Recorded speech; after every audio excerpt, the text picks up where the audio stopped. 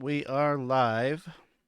So, welcome anybody that is coming in to hang out with us tonight. We are playing Symbaroum, and we have finally arrived at the first part of the Throne of Thorns campaign. So, this is session one of Wrath of the Warden. And I think we're ready. I think we have our characters, our party is really kind of come together in these first couple of sessions. So, I think we're ready to just dive right in. So I guess before we get started, we should probably ourselves try to recap what happened in the last session. Um, We don't so, We need. We can skip we were over we it. were accessories to murder. well, We were yes. accessories to nothing. Yeah, well, aiding and abetting, I guess, maybe, perhaps, bribery. All we did was pay an exceptional bail that was not That's true. technically established yet, but we made it work. That's right. That's right. I like it. Some choices were made, some mistakes happened, but in the end, friendship happened. Everybody That's right. got to gather around and bare their souls and sweep murder under the rug. But uh, I suppose we could probably skip past all of that. I think that all of that is probably firmly in your memory, but um, I mostly want to hear you guys recap this because I want to make sure that I don't accidentally say something I don't want to say. So you Oh. did have a meeting with a woman named, I think she gave you the name, right? Anadea. Anadea. What do you recall of the conversation you had with her? Let me see my notes here. Yeah, let me see if I can remember where I saved my notes because I do remember trying to write things down. So, first of all, she kind of approached us in a way that made us understand that she had some connection with the Iron Pact, so to speak. Made you understand that. Yeah, but I'm at this point made it the team. Kind of recap. I'm not gonna go through. Well, she did to me, and then I told to you. Well, let's all assume that we all know that now that she's got some link with the Iron Pact, Well, and didn't she tell us some stuff too? She said that something was going on and she needed our help with something. Right? yes, something A was dark- going on in Thistlehold that she believed was very dangerous and might get out of hand. She didn't drop many details of what that might be, but she seemed pretty urgent in her need of us. So much so that she basically sent the morning after a black cloak who was atypical or non-traditional in the sense that he basically did not care as long as we basically told him the whole spiel, and just give us a pass, a clean bill of health. You guys can go. Bye. Yeah.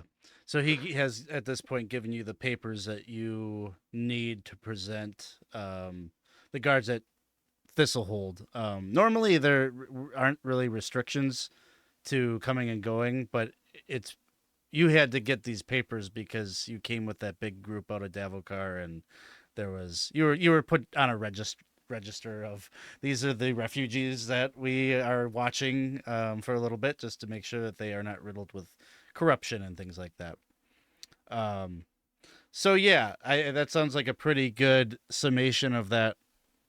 The rendezvous that she was kind of, I think her whole thing, right? You have to remind me if this is the the plot point there, but I think she basically didn't want to talk to you guys while you were in Blackmore because of, you know, you what you had just experienced with the word travels fast. There's a lot of ears to eavesdrop and such, and so, and I think she probably impressed upon you that whatever it is that she needs help with is actually within the walls of Thistlehold. So she needed you on the inside anyway, and We're supposed to meet her at the Fern Tavern or the something Fern like that, right? Tavern. Yep. Yep. So that I think it essentially brings us to where we are. I imagine the very next day after getting your papers, or even maybe even that afternoon. I don't know if there really would have been a reason for you to wait. It's not a long journey, so it's not the kind of thing where let's get a good night's rest or whatever. Does that seem fair that you would have just headed up the road as soon as you got your papers in hand? Oh Yeah, yeah. we wouldn't want to stay any longer in that Right. camp than we had to. Mm-hmm. Yeah. Especially with everybody eyeing our ogre and calling him Mr. Moneybags, right? Yeah. Right. Yeah, everyone seemed to know that you had a big bag of cash, and that probably was concerning. So, Makes sense. I think discreet is my worst stat. So well, awesome. I think that's where we'll start then. I think it was like morning probably when you were getting all checked out and everything. So we'll say it's like, early afternoon as you are walking the road leading north from Blackmore. The terrain is kind of rolling hills, grassland, very open. On this side of Thistlehold, um, a lot of the land has been cleared for farms and things like that. There, you would be seeing little farmsteads and things like that as you travel up this way. Weather is clear skies. I keep forgetting. Did we place this campaign in a season? I want to say it's like spring, but Yes. I want to say spring. Yeah. yeah, because I think that made sense. So it's probably like, kind of cool, crisp weather, but you got the sun beating down. It's kind of comfortable. You're certainly passing random travelers and things coming and going from Thistlehold back. Probably like it's actually probably pretty quiet on the road. It's probably pretty sparse traveling because a lot of the people that'd be going back and forth would be day laborers. So they at this point it's like afternoon, like they'd already be at their destination. So pretty uneventful travel. That hour that it takes you to kind of hike up the trail, and it's kind of go up and over various hills and such. And once you kind of at the end of that hour of travel, you start to crest up like that last hill. And as you get to the top, looking down on the last little stretch that you have, you can see Thistlehold. Basically, it is this really large area that is there's a wooden palace, a big wooden fence, like 30 feet tall, that encircles the entire city. And from the hill where you're standing, like you can kind of see over that wall just a touch, so you can see kind of the cresting of the buildings and some of the taller infrastructure on the other side. You probably can see there's like a tower on the other side that would belong to Ordo Magica, and you probably see the big golden dome of like the Church of Prios in town, and you're just kind of getting a sense of like the town is. It looks like it's very like neat and orderly streets. It's all very new, relatively new construction. This place hasn't existed really that long. Maybe just a little over a decade. I'd have to go back and look at time, but yeah, you could see the gate. There's like a gatehouse kind of thing there, basically with it's not like an open top palisade, but there's kind of like almost like a guardhouse kind of on top of the gate, and the gate is open.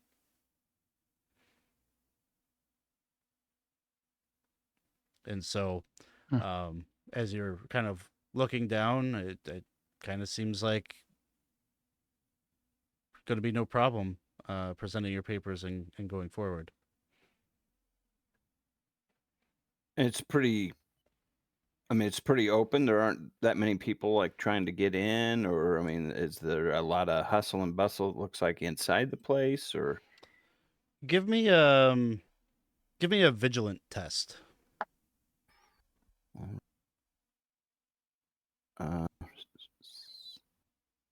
Let's see. How do I do this again? All right, there we go. Just normal. We'll give you a +2. There's nothing really taxing you So right now, so So do I put that I think there's +2 in the modifier thing or y- whatever? Yeah, yep. Okay. Oh, Mhm. I don't see anybody. Um, you don't see Looks- anybody. Yeah, looks fine to me.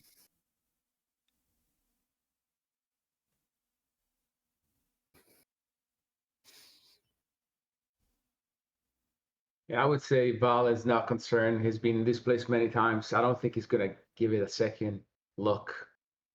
Mhm. Too used to it. Maybe we watch you go first there, Val, and we'll just follow suit. What do you say? Does that sound about right? Are you scared, Fish? Me? No, I'm not scared. I've been to this place many times. Yeah, sure. Let, It us seems I don't know. Not with a group, I don't. One at a let's time. let's have Good. one of you. I don't really care who, but as you're having this exchange, someone do a cunning test. I'll do it.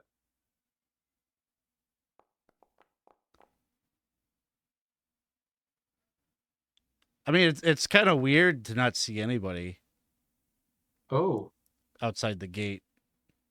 There's usually like at least a line, right? one guard posted there, even if it's like there's no traffic or whatever. There's usually at least one person just hanging out there. Oh, so you say the gate into town is Oh. open and nobody inside? Oh, The gate, Like no guards. there's no guard. or- There's no one on the other side of the gate. Like even though the gates are open, there would usually be like someone to check a wagon to like make sure you're not bringing anything illegal. Just somebody to do basic checks. So that's kind of odd.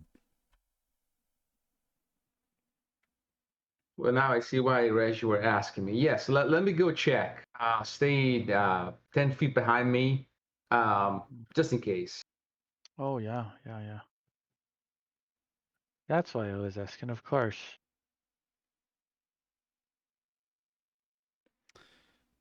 So Val, you're going to kind of lead the group down, go scope it out. Yeah. All right. So you start to like head essentially down the hill, maybe a little bit cautiously. But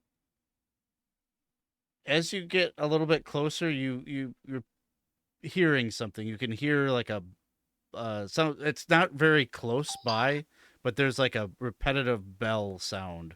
Um, kind of like an alarm bell or Alarm.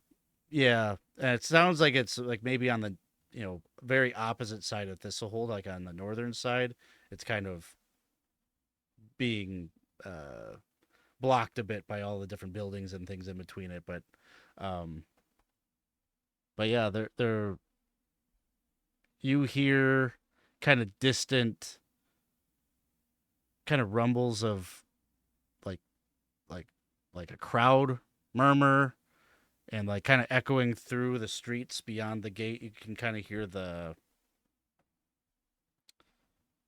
sounds of like metal on metal, like armored figures kind of marching or rushing away from you deeper into the town. I'll turn back and say, the guys, that's not good. That seems there's some emergency up north. Turns out an idea was not wrong about trouble. We might make a run for it. I don't Run think everybody's inside gonna or stop us. I run inside or I run to help? We're gonna go and help, or at least we're gonna go see if we can find her at the Fern Tavern. Sure. It would be a no if we go there and find out she's dead. So let's make sure she is alive so that we can get our next orders.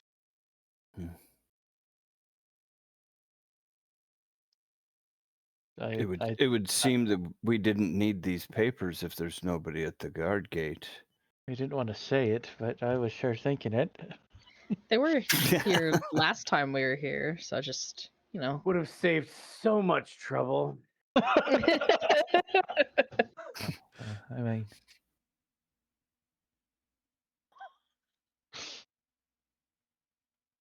So you're moving into the town past Yeah. the gates where there is no one to check your papers. But as you move in, you will be able to kind of see throughout the streets that there are kind of people poking out of their homes, like through the windows, just out the door. There are people that are kind of like shuttering their windows and such, but there are just as many people. There's some people that are kind of taking this, they're withdrawing from whatever's going on, but there are also people that are kind of like looking around and like listening to that bell. There's always like an ambulance chaser or somebody that they want to see the car accident, right? And so there are some people that are like kind of with maybe a little bit of hesitation, but as soon as they start to like meet friends and neighbors, like they seem to be kind of gathering up and then like following the sound of that bell and pushing down the streets. And you can see it's further on. It seems like it's kind of really kind of congregating into something of a mass of people kind of, pushing very slowly through the streets. You said that there are people kind of, maybe, I know some are closing their shutters, but is there someone that's actually like actively like staring out of the window, like trying to look ahead? Like, probably not. You're still okay. Wherever this bell is. It's quite many blocks away. Okay. But as you're kind of scoping it out, trying to see maybe if there's you catch the gaze of somebody, there is a man that stops, and he looks directly at Val, and he says, "Val, you son of a bitch, where have you been?"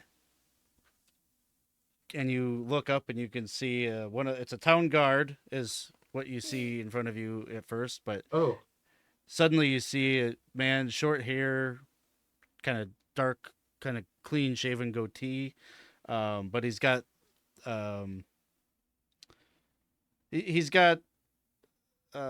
badge or something or insignia that shows that he is a captain of the guard. And it's Captain Talios. It's Captain Talios, and he's like, Okay. I don't know if it is fate or bad luck that we keep running into each other, but I need you now, Val. Who are these? Who are these people you got with you? Well, these are my friends. Yes, And, like, we had some adventure. We became friends.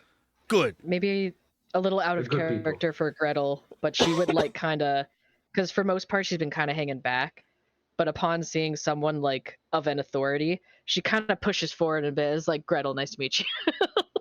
Gretel. Oh. Witch hunter. Yes. Are you scholarly? Do you know a lot about I the am. barbarian tribes? Well, we need you. We need you at once. I'll explain everything. Would See you what I like can me do. to? Would you like me to close and bar this door? That is a good idea. Yes, let's do that. Let's make sure that nothing can get through here. But that we must make haste. We must make haste and meet Captain Marvello at the northern gate. Just to be clear, we were already inside when all this happened.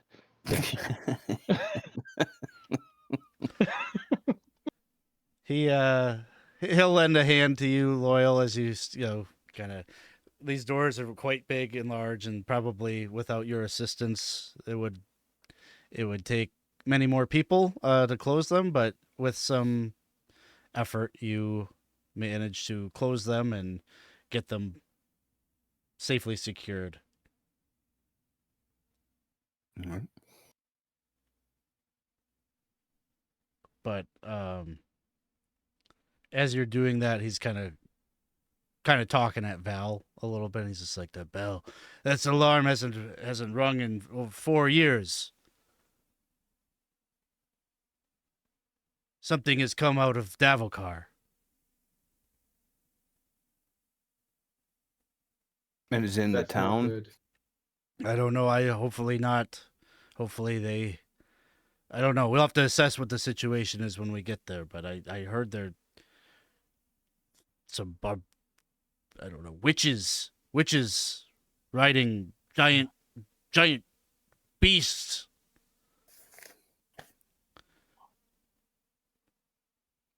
No, then we must hurry. And we must be prepared. So, and as he says that, he takes out his axe and says, better be ready, guys. Have your weapons in hand. No need to be slow. All right, Val, sure. You lead, I'll follow. Gets the back to Corbin ready. So Captain Talios will just lead you kind of straight north. I think as he sees maybe like the crowd is kind of, kind of filling up that first main square there, he'll start taking, he knows the city inside and out, so he'd start just taking you down like back pathways, so you can like more quickly get up to where he is taking you, which is, I'll move the token. But the long and short of it is he's navigating you up here to Toad Square. So as you come up into this area, so this district up here is kind of where the salons of Symbaroum are. So this is kind of bar town up here a bit. Lots of taverns, inns, that sort of thing. And the square here is dominated by this huge skeletal figure that kind of is like the monument, and it kind of looks almost like a toad kind of creature on big bony legs. It's got kind of a prehistoric kind of look to it, but it stands in the middle of the square, and that's where it gets its name, Toad Square, because it vaguely looks like a toad. But there is a big crowd. This is like the destination. You can hear like the bell is ringing very loudly here, and there's a big crowd of people that are congregated here. And the town guard are trying to push them back. Say, step back, move out of here. It is not safe. You need to go back to your homes. But there's way too many people for these couple of guards to really manage, so they're just doing their best to like not have them push any further. But whatever it is that is of interest is on the outside of the walls, and you can see that there are people that are trying to like scramble up some of the buildings to like maybe get a better sight on as to like what's going on. But Talios just tells you to like wait here, and he'll come fetch you once they have a game plan. He has to go kind of report into Marvello and kind of see what they're going to do. So he kind of moves beyond the line where the guards are holding all the looky-loos back.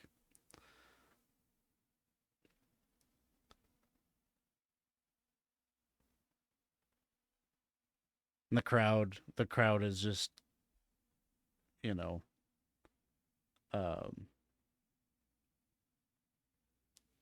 kind of shouting, like demanding, what is out there, like what are you gonna do about this?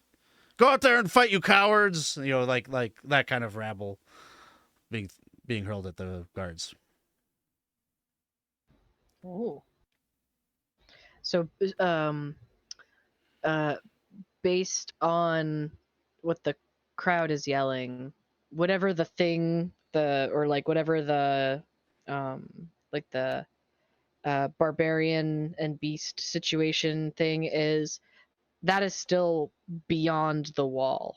Yeah. It's not in the wall. Yep. And Okay. and currently, you're just standing on the street, like you can't see it. The wooden palisade's like easily 30 feet tall, so it's a pretty decent wall.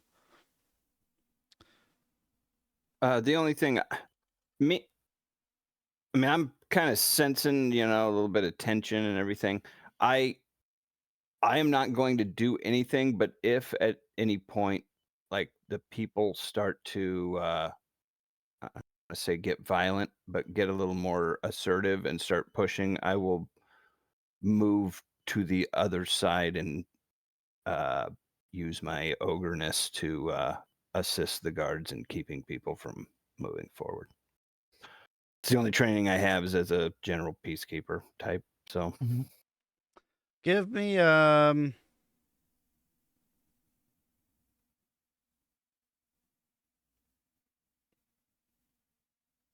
don't know. Maybe give me a strong test. Not so much that you're using strength, but just like your I don't know, your presence. right, just normal. Yeah. Ugh, nope, I don't think so. Right, that's a fail. Yeah.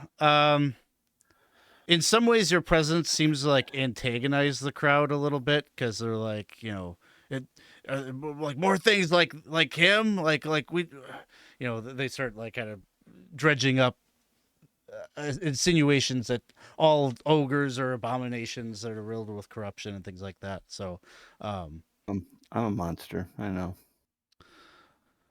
Oh, emotional damage. Yes, yes, I know. I am. Yes, I'm just hideous. I'm a monster. I I'm a understand you're monster. upset. That's right. Are the captain, is he still with us? No, he went to check on the other guy. He, he went to go report into his superior quick to, and then he was going to come back for you. Okay. Well, I mean, I would just say, well, if the thing is out there, and we could see it, they should already have been shooting at it with their bows. What are they waiting for? And you do you would see that along the palisade there are these like watchtowers that are like built into the wall. It's not the kind of wall that you could walk on, so like the towers are the only way to go up and down, but there are archers up there. They are not shooting at whatever is on the other side. Okay. They have bows that are drawn and kind of pointing, but there has been no shots fired. And I'd say, well, they're holding for something. Well, we can't perhaps it's see what not it is, so who knows what's out there. Perhaps we can still defuse the situation. Why do you? Trying to calm everybody down. I mean, if my people were attacking Thistlehold, the people on the towers would be firing. So there could be a show of force. Or no, I don't know. I can't see it, but I have to imagine that we're not yet at exchanging blows. That's a fact. It might come to that, but if we were already exchanging blows, you would see the archers firing. And we have to assume if something was coming out of Davokar, some sort of creature, that they would already be firing, right? I mean, why would there be any reason not to? It's easy to start a fight, not so easy to finish it. So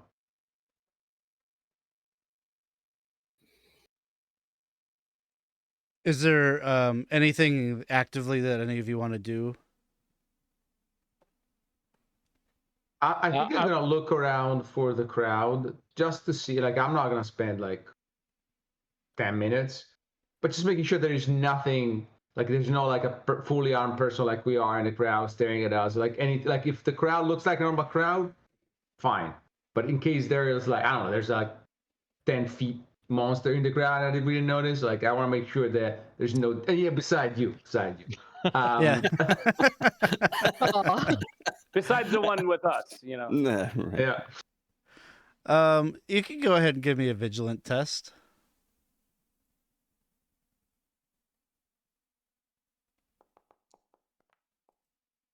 Oh, You do yeah, all not good.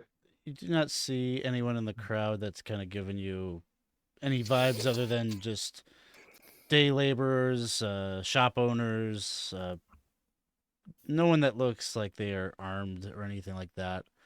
Um, at least not in any meaningful way to like cause a revolt. These are mostly people that just picked up and walked over this way because they wanted to see what was up. Mhm. I wanna look to see if I see the captain, see if he's talking to anyone, and even more so, seeing like his reaction to maybe like looking at his body language and trying to just see if they're like if we could hurry this process along of getting the information to what's going on. I'm gonna try to do that just by making myself seen, but more so reading the body language of the captain or not, seeing where he is. Sure. Give me maybe a cunning test. Okay.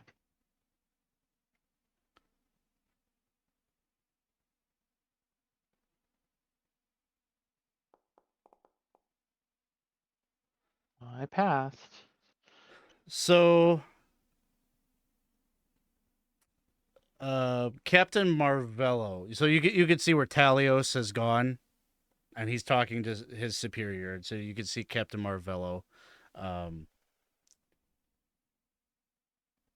he is.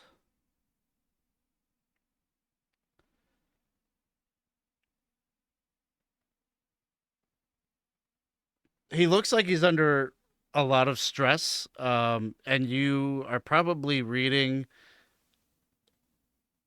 someone who's second guessing themselves. Because he's like gesturing, and then you'll see him like kind of wave off and like almost like he's dismissing what he just said, and then you see him like try to give orders to somebody else, and then it just seems like there's a lot of confusion happening, but Talios leaves him and starts to come over by you all, and he says, "Okay, okay, a couple of you are well versed in the barbarian ways, barbarians yourselves, yes? You understand their Sure. customs? We understand our own Scholars, customs, yes. any of you scholars? That would Okay, be me. good. Good. Yes, we're gonna bring you with us. We're gonna go out and meet them. We're gonna go out and talk with them, see what they want." I'll cover your 6. Well, You want me to go with you, boss?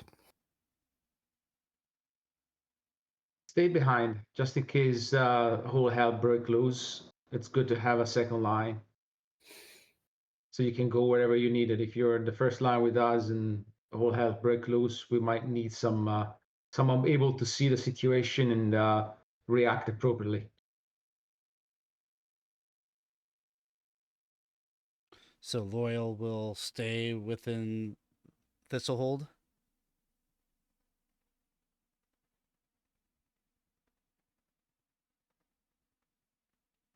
Yes. And the rest of you are going to go out. yes. I believe Yeah. so. Yes. Sorry, Shady, we're not live. This is AI. Yeah, it's pre-recorded. Beep boop. I'm a doctor. Got my 6th finger there. um, I may stay with Loyal just so he's got some backup, okay. and we've got a scholar going out already too. So I think I'll stay behind with him. Sounds good. Captain Talios will bring the other 3, Val, Gretel, and Reg, forward. Kind of waves to the guards that are trying to hold the crowd back, that like kind of you're with him, and they let you pass, and he brings you up kind of right behind the gates to the north gate. They're identical to the ones that you came through on the south side, and Talios introduces you. This is Captain Marvello, and you can see the man that Reg you've been staring at. He has a group of guards with him that all have like pikes in hand, and he says, "Okay, we're going to go out and talk with them. If you pick up on anything that you think that I need to know, please signal it to me in some way. I have no idea what they are here for, but they're keeping their distance. They've signaled to us. It seems that they want to treat with us. I'm just hoping we can mitigate the situation. Those things that they have with them would make quick work of the wall. We need to resolve this. I can count on you. Yes. Talios vouches for you. Sure. You can count on us keeping a cool head. Of course, we will be your. Mhm. We'll help you out, of course. Of course. It's the least we can do. All right. We can't get this wrong, or a lot of people are going to die. Or maybe you should move some of them back, huh? They're saying some pretty nasty things about people around here. Well, if we can get them to withdraw from sight of the town, that'll go a long way for calming the nerves. So let's not dally any longer. And he kind of gestures to the guards in the gatehouse up above. The gates start to like move open, and as they do so, it's like you, Talios is with him, Marvello, and then there's like maybe 10 or so pikemen that are going out there. And so it's not, you don't have overwhelming force or anything that are going out there, and that's maybe partially because they need people to kind of keep the streets calm, and they don't want to. This is like more of like a diplomatic thing, so they don't want to go out there with like overwhelming force or anything. But as the gates open, oh, we got the doot doots. Thank you. Thank you for the sub, and yes, we've got the hype train has been activated, so that's cool. Thanks, guys, for hanging out and watching us tonight. As the gates open, you can see what all the what's got everyone's ire up. There are these two huge, colossal beasts. Each of them stands at least 20, 25 feet tall, and they just look like these almost like elephant sized creatures, but entirely woven of like vine and like plant material, and maybe like deeper underneath like that first layer of like vines and fibers, it's like their flesh is like bark. And standing atop each is a masked barbarian wearing a felt robe, and there are a number of like barbarian warriors then like kind of behind them, but the two colossi are right up in front. The show of force is the intimidating force is effective. You feel it as you are starting to move out there. They're only about maybe 50 paces from the wall. They're just standing there, and Marvello kind of gulps and starts to march forward. As he does so, the rest of the pikemen and presumably you all move forward. Mm-hmm. And he stares straight up at them and he says, "Okay, we're here. We're listening. What is it that you want?" And you can see the one figure mask kind of tilts, gazing down at Marvello, and I don't know if any of you have like had an assumption that witches were female, but it's a male voice that speaks down to Marvello, and it just says, "Has the well opened? Has it spoken?" And Marvello, I don't know, kind of like Ray in Ghostbusters, kind of looks back at you guys, after being asked if he's a god, and because he has no idea. He clearly has zero idea what that means. Looks back, kind of hopes that one of you knows what that means, and like, clearly none of you do. Mm-hmm. And as he is trying to like muster up a response, the barbarian just says, "No response is answer enough. The Huldra fears that a very potent source of corruption dwells at the heart of Thistlehold. We are here to help. We are not your enemy, but we require passage into your town. Now."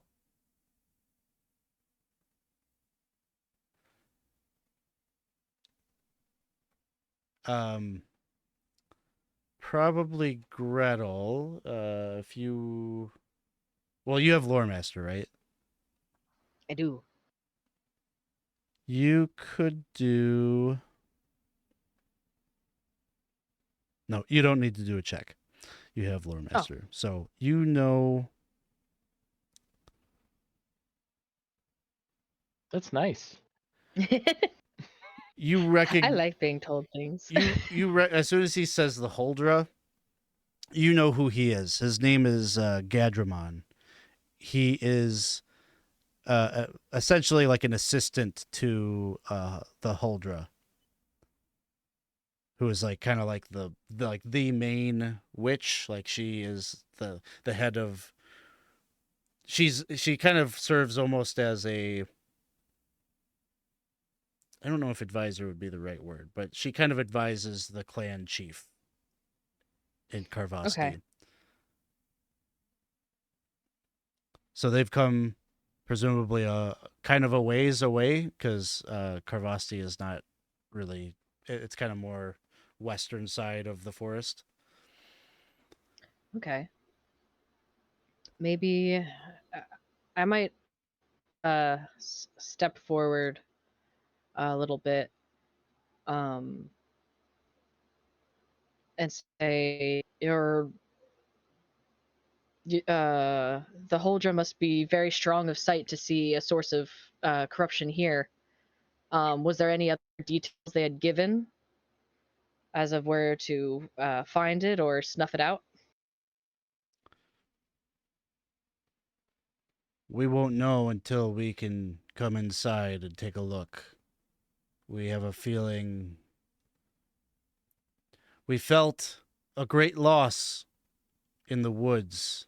Something was taken that should never have been removed.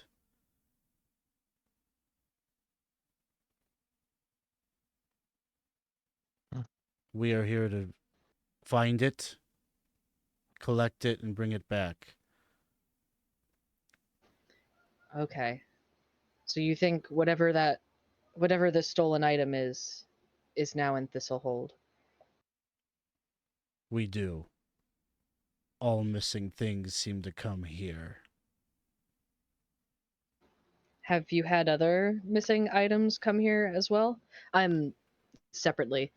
Are they referring to like that what was it, like a crown or skull or something from Gabe's That's game? been taken care of. They're more generally. This is a town. This is where the Ambrians stage all of their treasure hunting expeditions. Okay. So it's more of a slight against Ambrians. Gotcha. Okay. I wasn't sure. I was like, oh, did it just so happen like a connection? But okay, that makes more sense. Okay. No, more of a like, you guys are grave robbers. you do spoil everything. But Marvello would probably step in and say, I cannot I cannot give you authority to come within these walls. I would need to consult with Mayor Nightpitch on that. All I could say is I haven't necessarily come in contact with corruption per se, but I've been in I've been in the woods and I've been in the wilderness, and these people and those creatures you see in front of you are not the worst that there is. There's much worse. And if any of that is unleashed in this town, there will be many dead.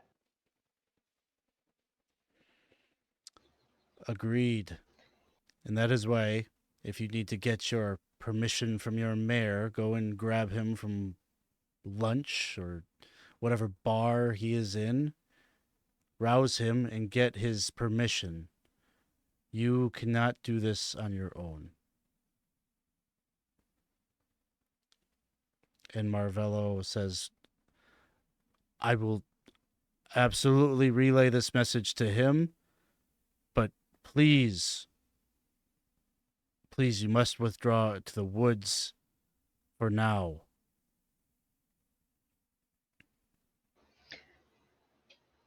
I'm going to kind of sit aside to Arvello for a second before I like announce anything. Be like,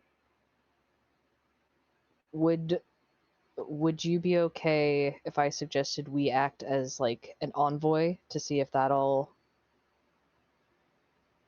Yes. to like okay. With the yes, she'll kind of straighten up and step forward.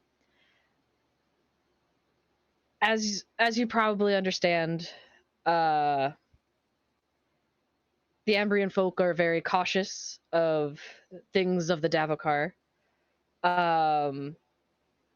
And they will probably be riled up very quickly upon seeing like the great beasts that you ride upon, even though we know you are here for a better purpose. The people might not understand that. Would you be willing to hold off in the woods until they can get their the official acceptance? And may we, and I gesture to the party, may we act instead as your envoy to gather information and see possibly where this item is, so that way when you do get permission or however this happens, you're already steps ahead.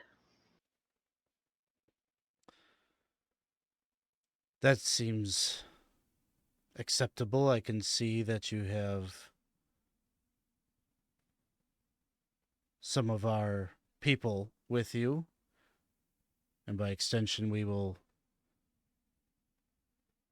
extend that trust to you. But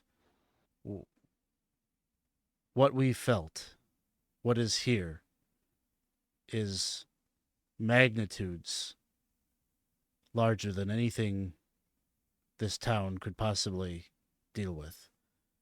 Find its source, and if you need backup, you know where to find us. We will withdraw to the edge of the forest. We will not be hard to find. Well, hold on a moment. Why don't you pick out one of your capable,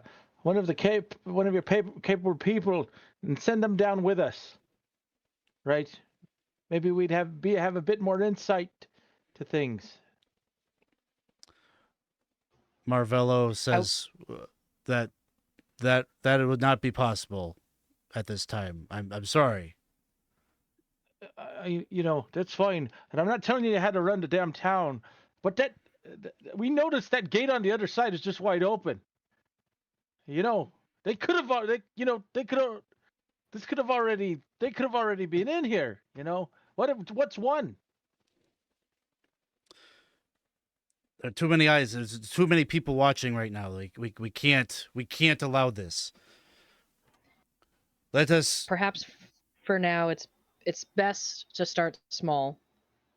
Once people are calm and can think, I'm sure the town guards would not be opposed to getting a possible threat out as soon as possible. But for right now, this is more of this currently is more of a matter of keeping a riot from exploding, not to put anything down upon the danger that you all felt, but a panic among the masses would make it worse. The witches nod. We understand, as regrettable as that is. We will give you your time, we will give you your space, but if things get out of hand and if we feel we need to move, we will not hesitate to move on your town and take care of this ourselves. And I'm positive that will be passed along as well. Is there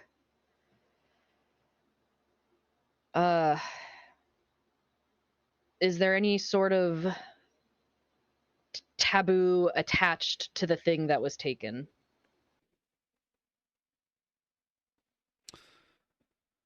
I don't know. We don't know exactly what it is. Okay. We feel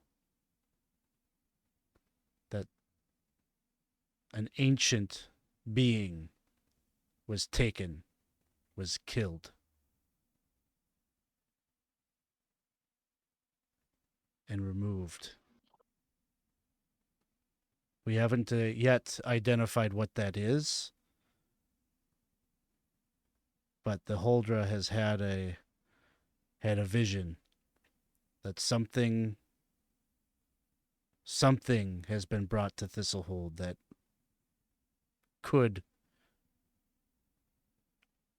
threaten all of us if it grows too large. Are there any details of this vision that you could or would be willing to spare that might guide us on the right path?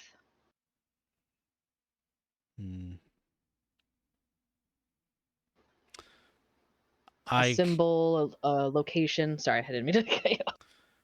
He just says, I cannot reveal that which the Huldra has seen. It is not my place to disclose that to you.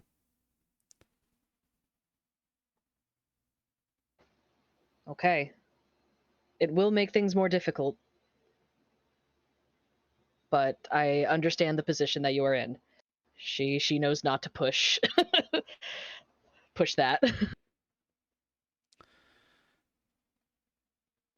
And with that, it seems that they feel that the conversation has ended because those great beasts for the very first time start to very slowly move, and as they do so, you can feel their weight as they trod. Every footstep kind of reverberates through the ground, and you have no doubt that they could just plow right through that palisade if they wanted to. But they turn and they start moving towards the forest. And Captain Marvello looks. He stands there just long enough before looking pretty relieved to get out of that situation, and he summons you all to follow him back to the wall and back into the town.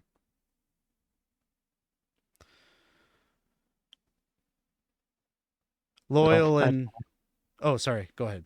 No, nothing. I'm just saying that we probably follow. Yeah. Loyal and Gnosis, your time on the other side, it's kind of weird because, like, sort of, there's almost like a game of telephone a little bit because, like, some people are up on the, kind of watching and like giving reports like, oh, they're turning back to the forest, and they're like, oh, are they safe? Like there's like these weird little kind of ripple effects of conversation that kind of flow through. So you kind of know that they're coming back before you even see them come back through the walls. But as soon as they hear that the barbarians are heading back into the forest, it feels like there's like the bubble or the balloon of anxiety has been popped, and there's like kind of a wave of relief through the crowd. And probably for you too, as you see your comrades come back through the gate.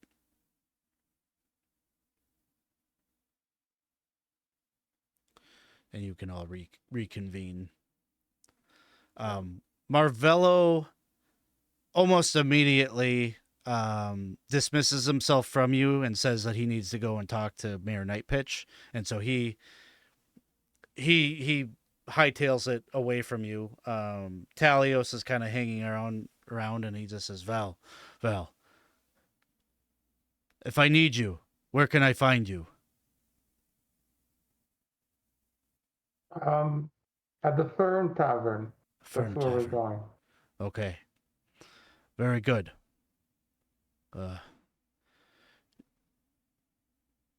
You. Well, he seems like he's kind of like beside himself a little bit. He's like, "You're going to save this town again, Val." Well, I can't save this town, but if something with that level of danger is afoot, I would recommend Ordo Magica be contacted. My understanding is that high level of corruption might be visible through magic. I don't think we should be passive here and wait for our friends from the forest to give us the lead. We should be on the hunt ourselves, and that's what I think we'll start doing. We have our own lead to follow, and we would like to start immediately because I don't think we have time to lose. All right. If there's anything you need, you just let me know. We'll do. And he takes his leave from you and kind of gets to kind of talking with, kind of reassembling with the guard, and they're trying to get the crowd, to formally disperse now, get out of the Toad Square and get on home. When he leaves, I would just say, "So is all good?" They thought that there was another, there was something that was taken, something big that was taken from the forest, brought here, and it's, they think it's, I don't know, corruption is gonna explode in town. Something. They've came all this way to warn the town. And, I don't know, they're going through channels and whatnot. It seems like it would be a no-brainer to let them in and take care of what's the issue, but That is more But don't you think complicated. it would cause chaos in town if they came Yeah. in, though? And my people are not here out of the kindness of their heart for the townsfolk. They here because they need to quell a danger to us all. I wouldn't count on them to be mindful and moderate. We need to resolve this before they feel they need to intervene, or there might be war tomorrow. I don't know. They seem pretty confident that they're going to be able to get through this town just fine, so I don't know how much of a war it'd be, but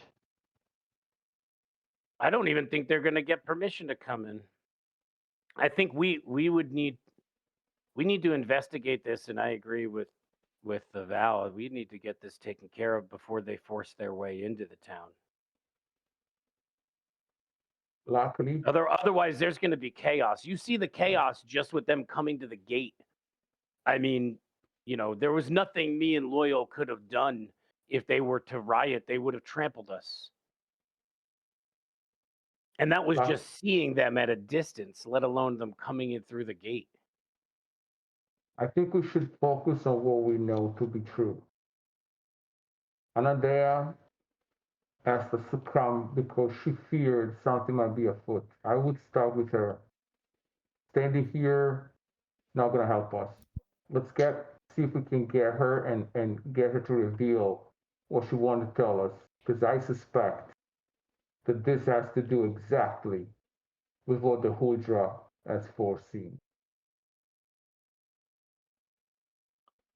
oh, they're connected. It's just barely like understands. Like, oh.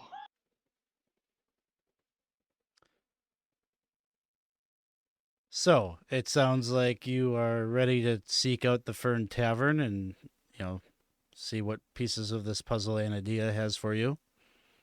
So you're standing in Toad Square. Did you guys see the image that I shared? Mm-hmm. Okay. So you got to see the weird toad sculpture. Yeah, I thing. was going to say, with us on the inside, at some point, I'd have walked over and looked at the statue a little closer. So, does it actually look like a skeleton, like something you'd see in the museum, or is it made of metal? No, it is bone. Let me just pull up, see if I can find an entry about it. Yeah, would I have any idea? I have beast lore. I don't know. Is there anything that I would know what it was? Or read a plaque, I suppose. It's a Mauser. I think there is a plaque on it. Oh wait, maybe let me do this.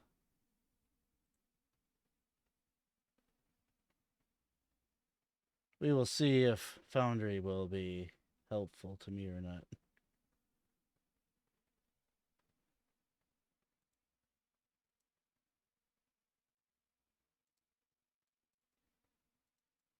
There we go. As okay.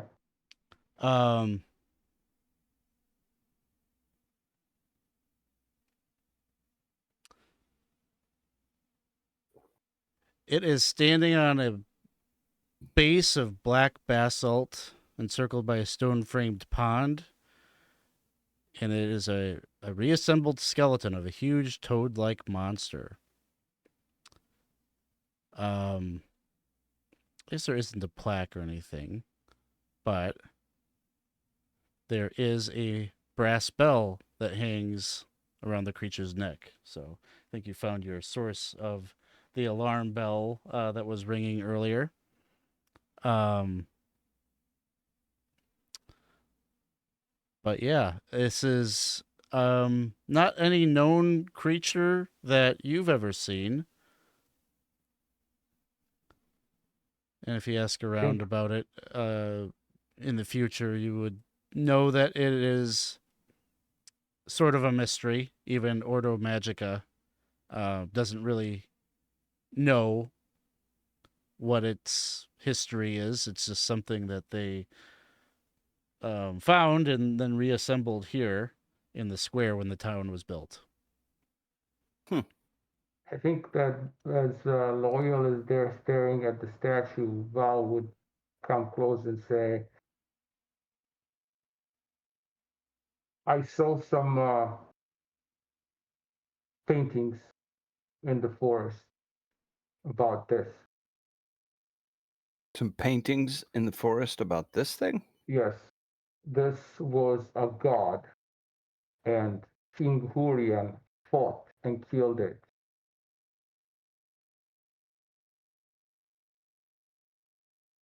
Hmm.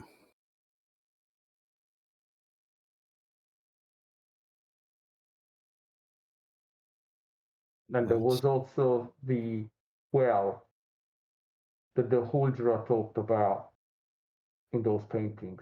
I think whatever is afoot here has to do with the deep lore of the forest, because Thistlehold has been built around the site of this battle between this god and Hurian hundreds of years ago. So this would be one of a kind then. There aren't more of these things running around anywhere? That I don't know, but this one was special. So much the legend was built around it.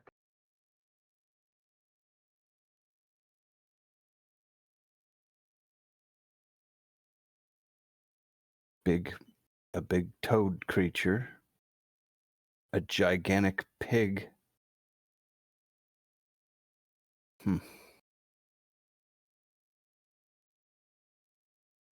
Thank you for that. I pull out a book and I scribbled some notes or whatever.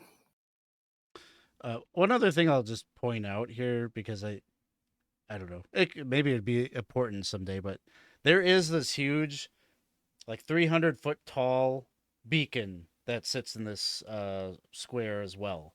And that is essentially like the lighthouse that if you're lost in Davokar, if you can at night catch sight of the beacon, you can maybe find your way back to town. So that is a very prominent feature here. That is definitely good to know. Mm-hmm. So, I believe you are all thinking about heading to the Fern Tavern. So you'd be kind of making your way over to like the western side of town. So as you start walking, you hear a sound. It's sort of like a single gigantic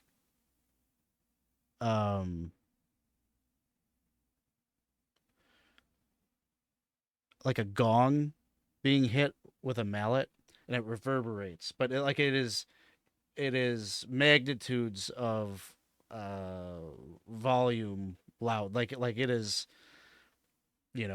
eardrum bursting levels of strength.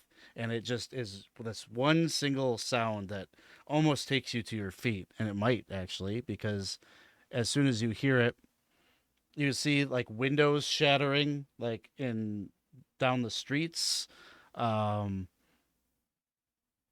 Multiple people just kind of fall to their knees and just kind of grab their skulls. All of you need to make a strong test as you hear this yourselves.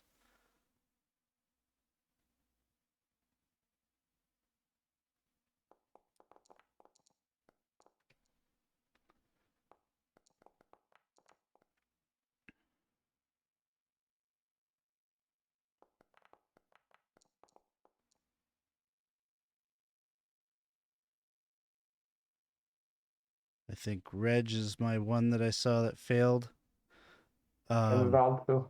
Oh, Val too. Okay, so Val, it's probably like you just said, to fall to your needs. You take how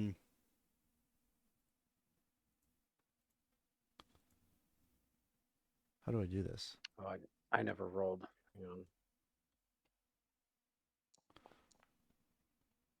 Val, you take 3 points of damage.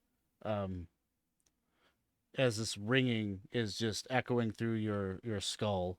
You just kind of drop down, like it hits you like a mace, like crushing your chest, and you just fall from the impact.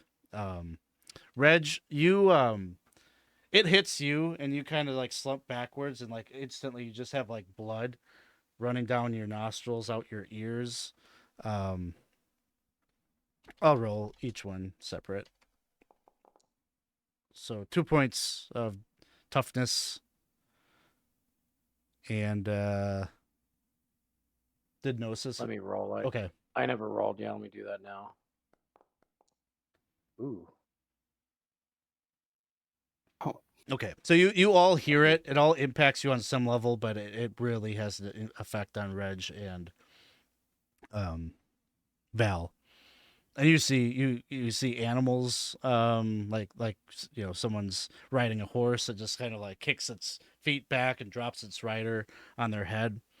And you almost don't have time to really recover from that before the next phenomenon happens, which is just this wave. Like you hear that sound, and it almost seems like the precursor for something worse, because there's just like a cloud of dust and debris that is like coming from the direction that you were heading. Almost like there was some kind of big big explosion or something that took out a bunch of buildings, and all the dust and debris is being like kicked out and being pushed in your direction. is there any way that I can grab Reg and Val and kind of like put myself in between the shit that's coming? Or, I mean, is it coming all the way to us, or is it? Yeah, like it kind of kicks out. You position yourself just in case. It's more more dust and dirt than it is anything like shrapnel or anything like that, but it does seem to be kind of the harbinger of like something really bad happened up ahead that kicked all of this out. And it's not in the direction of the wall, right? It's not like possibly these creatures breaking into town. No, it's like coming more from like the center of town, or from an area of development within the town. Oh man, it might be the corruption that they're here to deal with. We might be seeing them again sooner than we thought. Is the it's a lot. So it's just like kind of cloudy as dust and dirt is kind of settling down those streets. So it makes it visibility is very difficult. But it's only moments later you start to hear screams and commotion. And you see a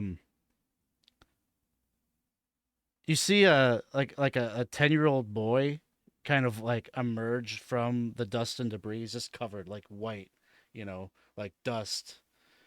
His hair is stark white, and he's just bleeding from everywhere, and he's just almost like kind of shell shocked. He's like moving forward, and he's like just on autopilot, and you see this like claw come out from the debris and just grab him, and he gets pulled right in.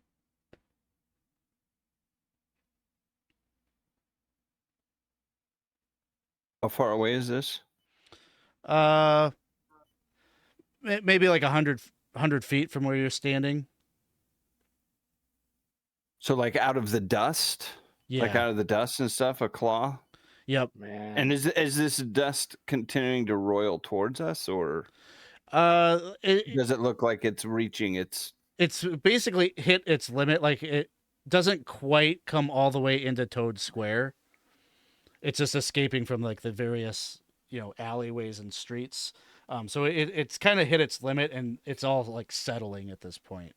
But there's still like kind of this cloud of dust and debris that is filtering through the air.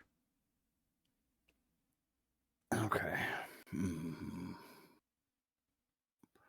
All right. Well, my main concern is my two friends. Is it possible to do like a medicus check on them? Or a medicus thing to do any kind of healing that I can? Clean their ears out of blood and whatnot? Yeah, are you using a herbal cure? I don't think I have anything like that. Let me double check.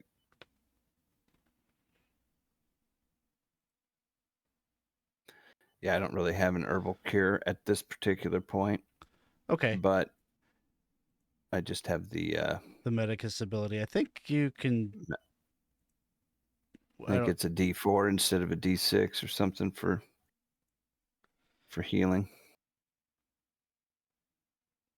Yeah, let me see what it says for that.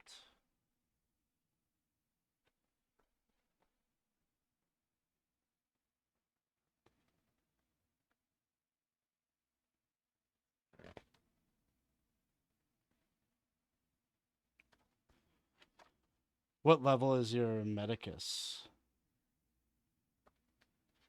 I think just novice.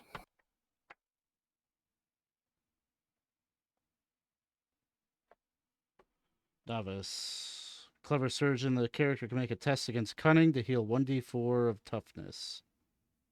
Used once per patient per day. Yes.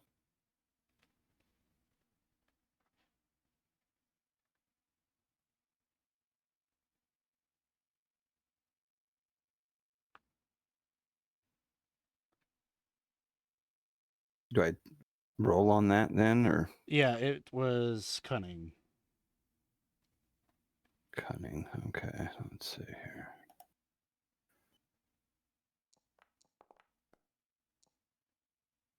All right, and who was this one for? Probably Reg would be first. All right. 1d4 toughness back to him. Where is there dice somewhere, or Uh, do I gotta I do a key? I would just type in the /roll space Is it one? 1d4.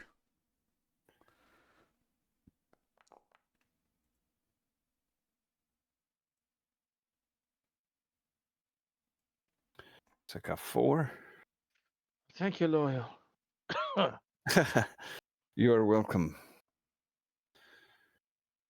What the hell was that? And I'll do Oh, you as don't know. I'm gonna just keep an eye out now that could see.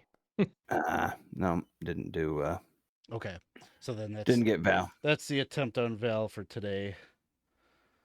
So in the time that you're kind of helping them up and doing what you can to, I don't know, assess for concussions or whatever that looks like for Medicus, Right. there are definitely like people that have come from the direction that you were headed to go to the Fern Tavern. People that are wounded, like carrying broken limbs or legs, like dragging their wounded bodies out from that direction. Some of them look like they have sustained wounds that would be fitting of that thing that grabbed the boy, like claw marks and things like that across their bodies. And others look like maybe they sustained damage from like debris or like falling construction around them. But they're all moving away and like trying to get out from the direction where that wave of debris came from. And it's mostly settled now, where like the visibility is a little bit clearer going down that way. And we don't see any kind of creature running around in that. Not actively where you're standing in Toad Square. Just the occasional person that seems to be fleeing or trying to get away from something much further.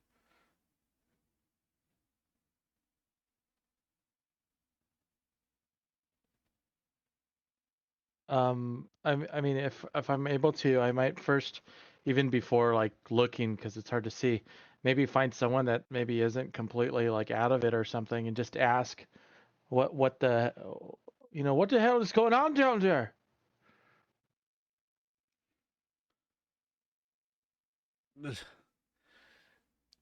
There's this huge. The earth itself opened up and swallowed a whole block of the city. And up from the bowels of the hellscape that opened up, there's all these creatures started crawling up from down below. Horrible monstrosities, bones coming out of their skulls, and just these horrible claws. They're grabbing people and dragging them down there with them. And then he runs off. Yeah.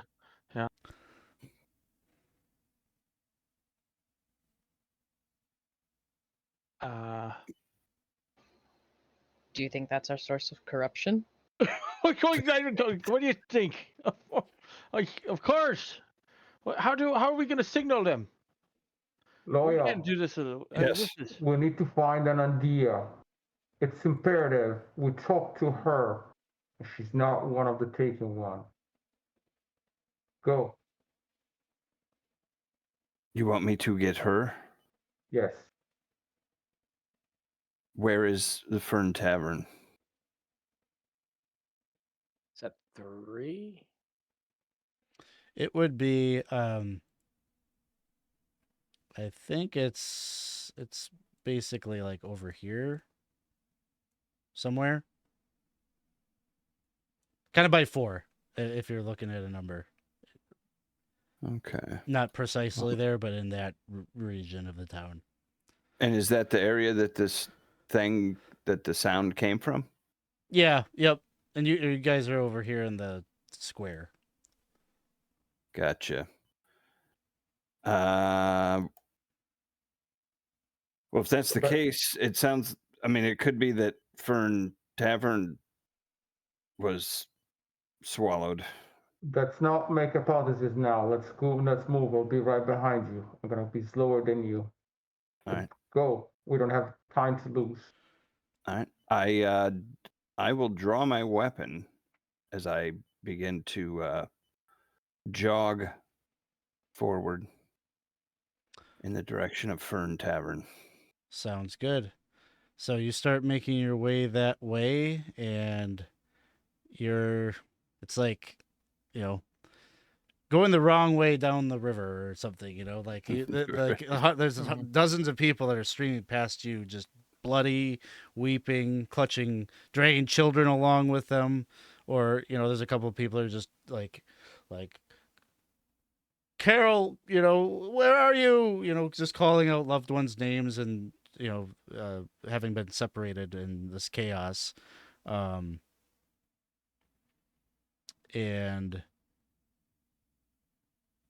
you travel, and you see up ahead that there is a woman that is kind of standing over an elderly individual that has fallen, and she's got the one that is standing. She's holding this broomstick out, kind of she's brandishing it like a weapon, and there is this horrible looking kind of humanoid that is standing there, and it's got like pieces of bone that are kind of like sticking out of its skull, kind of like horns, and its teeth are all like nasty and like kind of full of like plaque, and its hands are warped and almost like normal humanoid hand, but instead of fingernails, like there's just these razor sharp pieces of bone that are kind of jutting out the tips of each of their fingertips, and they've just got like weird patches of fur that are kind of growing out of like random places on their body, and so there's like two of these things are kind of like getting ready to pounce on her, and they are directly like in the way of the way we're going. Yeah, kind of off to the side of the street. But this is the first of the threats that you've actively seen now. I start moving in that direction. If Al wants me to change course, he knows to redirect me, but I'm moving to protect these two. Sounds good. I have a little map that I found. Somebody made sort of a map of this, so I'll drop your tokens. Are you able to see the map? It is loading for me right now. Loading. I got 2% more left. Same here, 98%. 98. Oh my god. Come on. Come in.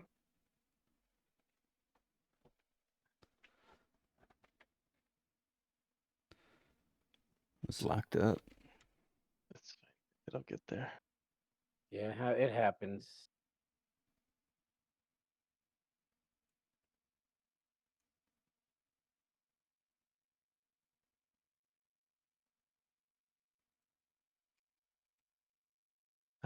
No token in the scene that gives visibility is what we see. Okay, I probably have to assign. Or at least what I see. Probably have to assign the tokens to. Oh no, they are. It says you have no token in the scene. That has visibility. Yeah, I think vision on it is not set up.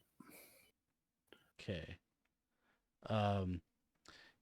You can all help me out and see if you guys can manipulate this, but if you double click on your token, do you have a little button at the top of your sheet that says token? No. No. Okay. I might have to do it.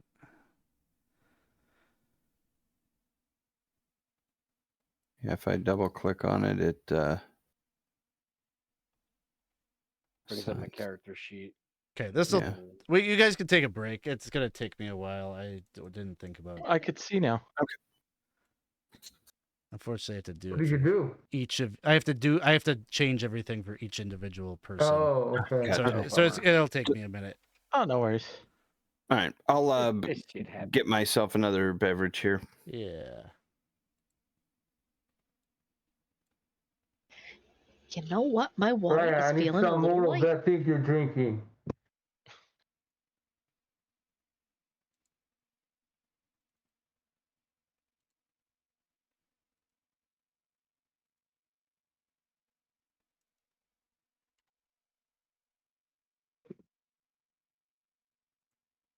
Let's see. I think I got one more.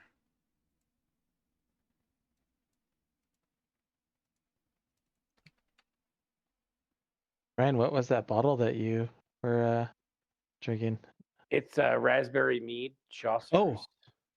Raspberry nice. mead. It's not bad. It's less raspberry, more honey, but pretty good. Mhm. It wasn't that other bottle, right, that you had the other day? Oh, I killed that.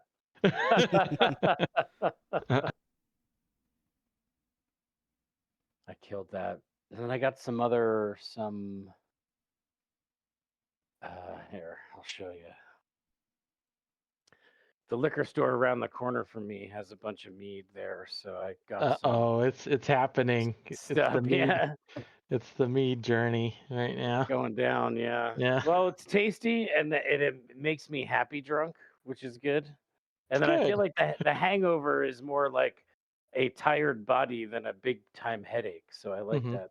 I got this stuff. Oh yeah. Oh. Rhyme Sounds delicious. Mule. mule. Yeah. Honey apple. Yeah. Yeah, sounds really good. I'm gonna bust into that one next. Yeah, good taste, my friend.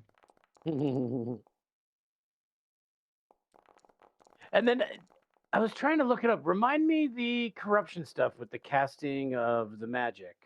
So Is it just on a critical failure that you have to roll for corruption, or no, it's every time you cast.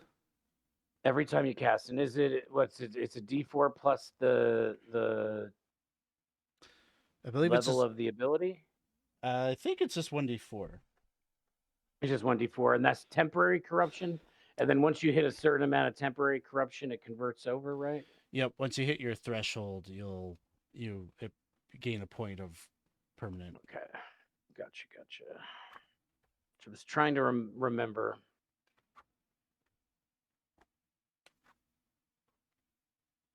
Yeah, if you eventually you can get. I mean, you could get an ability that would mitigate that and make it so that you incur the temporary corruption slower. Yeah, and I can always get a slave to incur the corruption for me too, right? I don't know. Maybe there's a thing for that. I read something. Yeah, there's some kind of vessel, Yeah, it's like not- corruption vessel or something. Yeah, it's not good stuff, though. You go down that path, my friend. I'm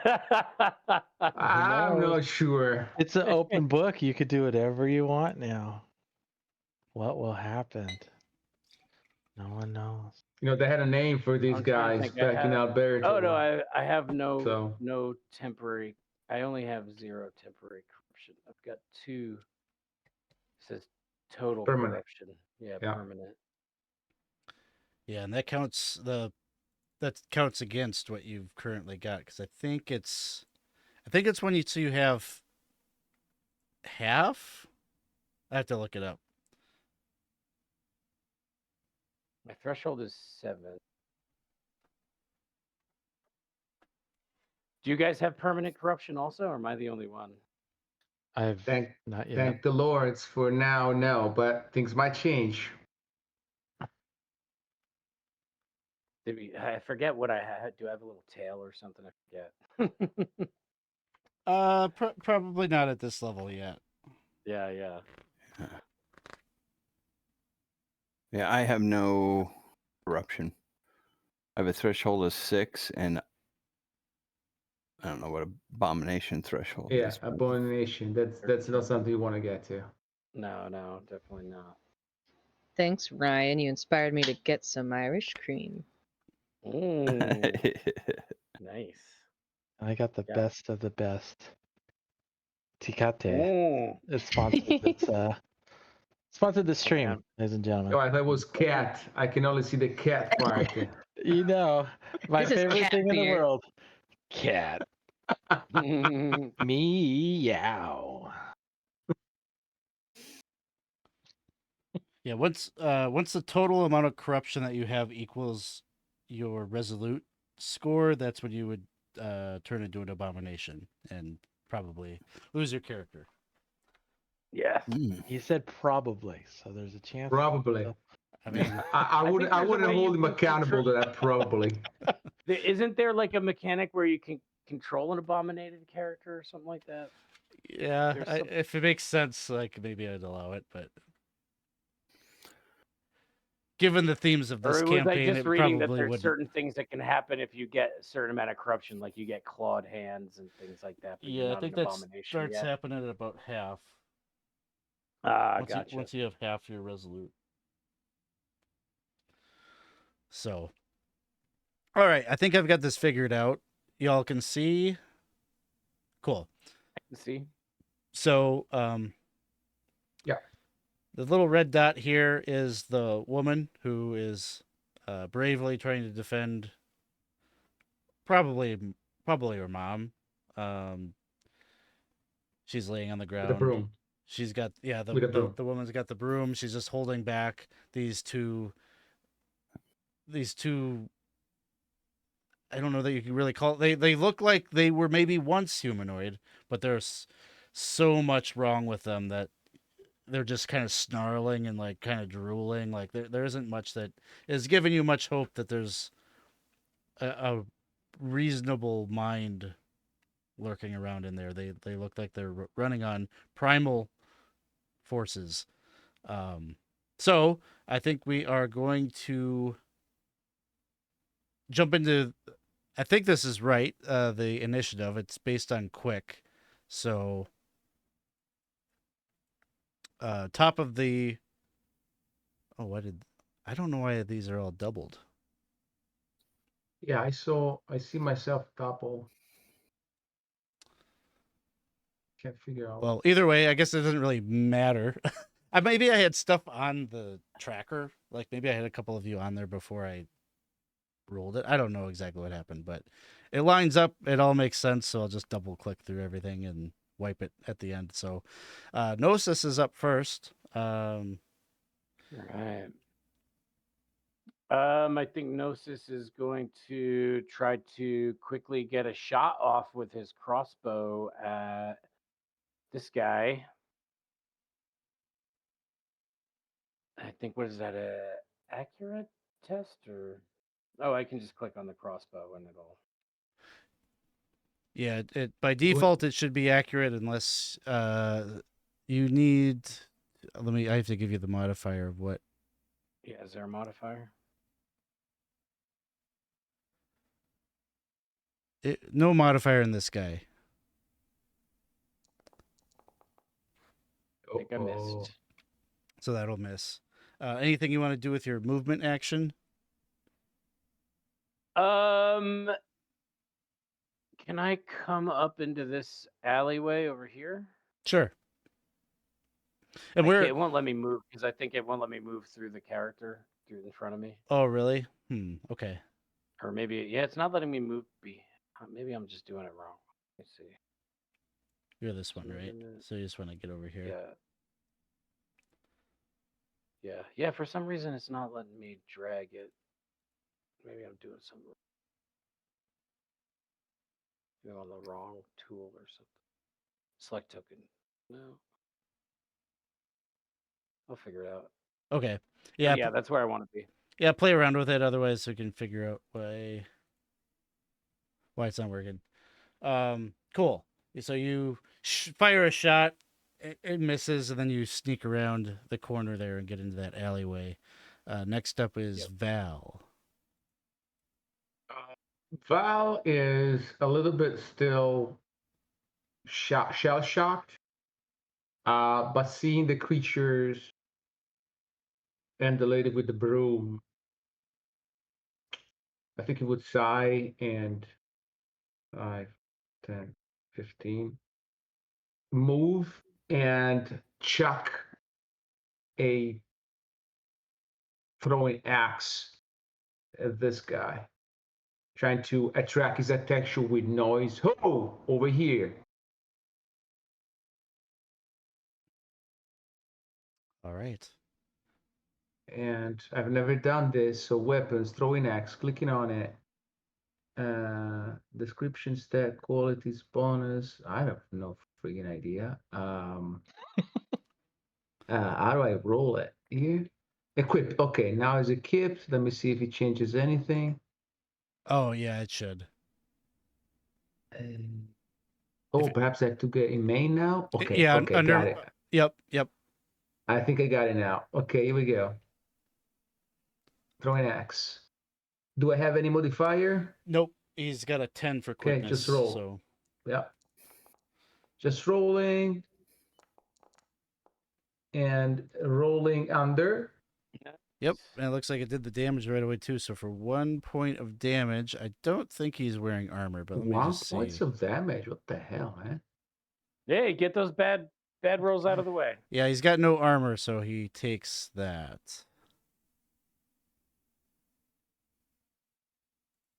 So I've done 15. I'm assuming let me see my movement. Do I see movement here? I'm assuming I have a 30, but please correct me if I'm wrong. We're not going to mess around with Okay. scale. Like Okay. basically, if you want to move up to a guy and get into melee and Okay. things like that, like you can move around. Yeah, that's what I'll do. I'll basically try to attract the attention of the first guy, make sure he's not killing this lady. Sure. And I'll say, loyal on me. Sounds good. Gretel is up next. Okay, so are in this game, are you able to like move through like your allies? So like, Yeah, you can move. You can move through them. okay, I might end up doing that, but for right now, actually, yeah. How? I was trying to see if there was like a movement thing, because I don't remember off the top of my head. No, we're not doing. We're not concerned about distances. If you just tell me you want to go wherever Oh. you go there. Sounds good. Then yeah, I'm gonna whoop over there. And then what I want to do is with Beast Lore, I have, I believe, a free action. It says action free. The character has studied monsters and can make a cunning test to recognize or recollect a monster's strengths and weaknesses. May I do that? Yeah. Cool. So let's do cunning.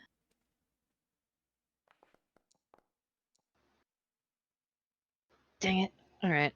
Well, You've never in that seen. case, So You never seen this before. And it's kind of alien to you. yeah. It's freaky.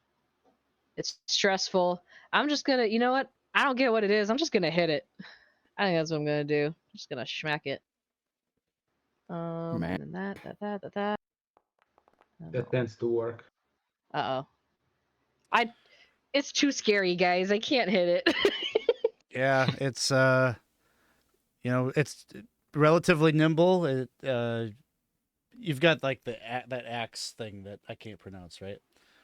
No, yeah, like the crow's beak. Yeah, yeah. And you swing that, and he's juking and diving out of the way. But you have his attention. So there is that. This one in particular is like kind of turning towards the two of you. Just in case it's not obvious from reading any of the quick guide or whatever, flanking is a thing. To flank, once you're in melee, you would have to do another movement to get into flanking.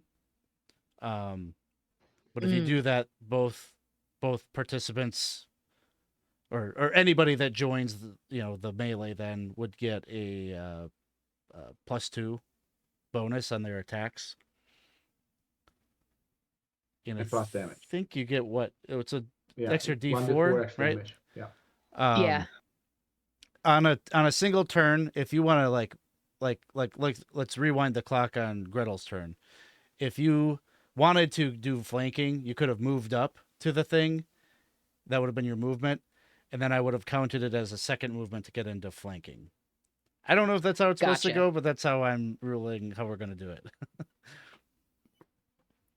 That makes sense because it's like listed as like a separate thing. It Yeah, says so it's it's a like- separate movement action. You get one movement action per turn, so that makes sense. It would be a separate movement to get into flanking. Yeah. That's my Otherwise, understanding. the alternative that I will do for those scenarios is that you can move and you can go to flanking with just your movement, but then the creature gets a free attack on you. So if you wanted to I'll move take and that get house into, roll. you know what I mean? Like there's a choice then which way do you want to go with it. I'll take that. So Cool. let's go. It would be Reg's turn next, but we'll do the clan beasts real quick. So this first one is going to step up to the woman,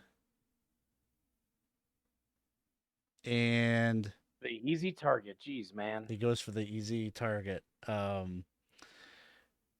Knocks her to the ground with his claw. She is brandishing that broomstick, but he's just much too fast. Sideswipes her. She's knocked down right alongside her mother there.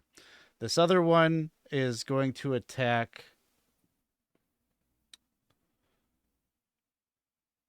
Is going to attack Val. So Val,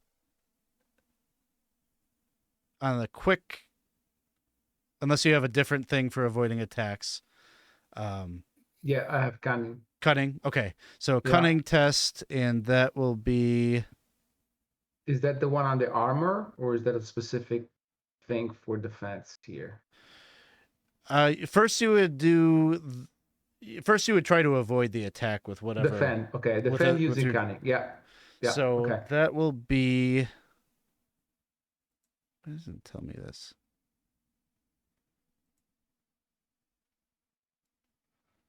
No modifier. Okay.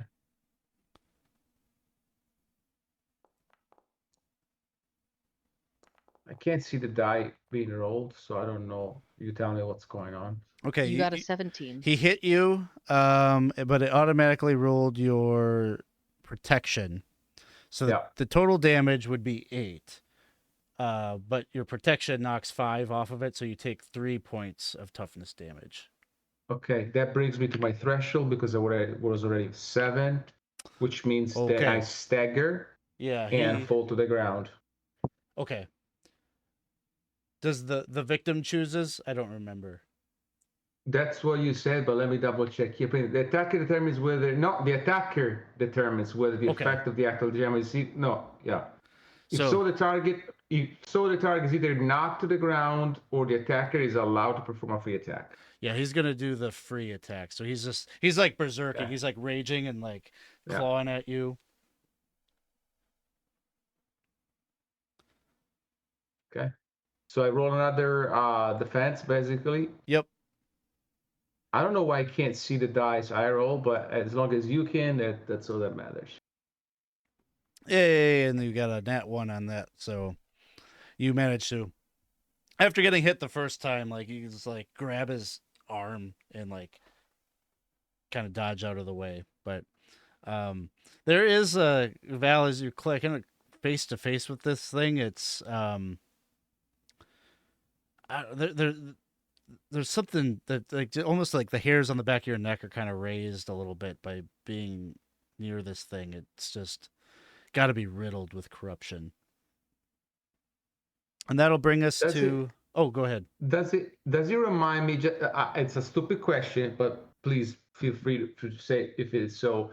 Does this creature remind me of the creature we fought in Thistlehold, which was basically development, whatever you want to call it, the corrupted version of the adventurer who got the crown of King Hurrian, or was that creature different? I seem to remember it was different. It was kind of black and swirling, so this seems to be different. But I Yeah, just want to make sure. I feel like that thing had more like, I don't know, like roiling, like arcane things kind of around it, whereas this one, it feels more like Bear. its corruption marks are more like the weird bone material sticking out of its flesh and its elongated features, but the same concept. It's It's been corrupted warped. version of something. Yeah. Yeah. Okay.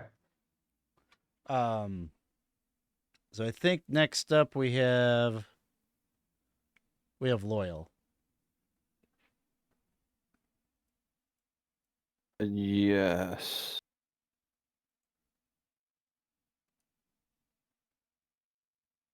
I'm moving up to here.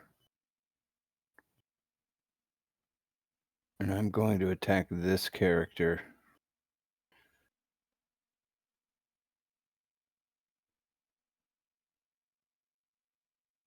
All right.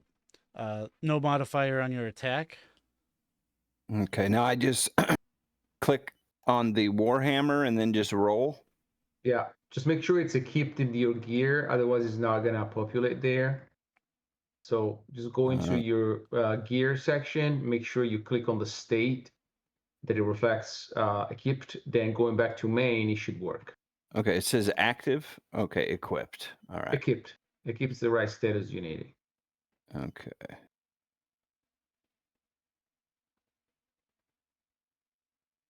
Right, so hold on a second. Okay, everything changed here. Hold on.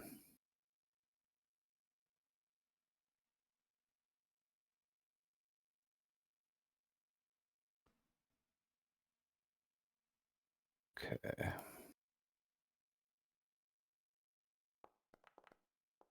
Oh, you gotta be kidding me. Yeah, this thing is just kind of in perpetual motion now that he's got 3 individuals that are trying to swing at him, and he's doing a pretty good job evading. Reg, we skipped over you. You want Yeah. to take your turn? Okay, sure. Which one is more damaged at this point? The only one that's taken any damage at all is Oh. this one, and With one, so kind of a I'm glancing gonna shoot at blow. it anyway. we haven't been particularly successful yet, Reg. So That's fine. I'm attacking anyway. I'm gonna take a sidestep for flavor, and I am attacking that one with my crossbow. like the low we paid for your crossbow. We'll see. Nope. Nope. Oh boy. It It's was the I same should roll- tell you when you same roll I want to had. roll. When you want to roll high, you roll low. When you want to roll low, you roll high. You guys have been rolling 18 after 18 tonight. That would have been great in some D&D. Oh, I have to arm it first. Ah, damn it. All right. Yeah, that's it. As we end this first round of combat, so just to, the combat has not been going that well on your side. A lot of misses and things. These things are pretty spry, and it seems like the one is drawing attacks from your front line. The other one knocked that woman down, and she's laying prone, defenseless on the ground. And there are some reinforcements coming from down the street. You see 2 more individuals are kind of similar to these 2 that you're facing, but they are wearing like kind of stitched together ragged leather armor. And let me see here. I don't recall. I think they have No, they don't. Okay, so the major difference is that they are wearing actual armor, but they also have like kind of the elongated, clawed hands, and they also are kind of have these Roughish. deformities all over their bodies. So let me pull them in.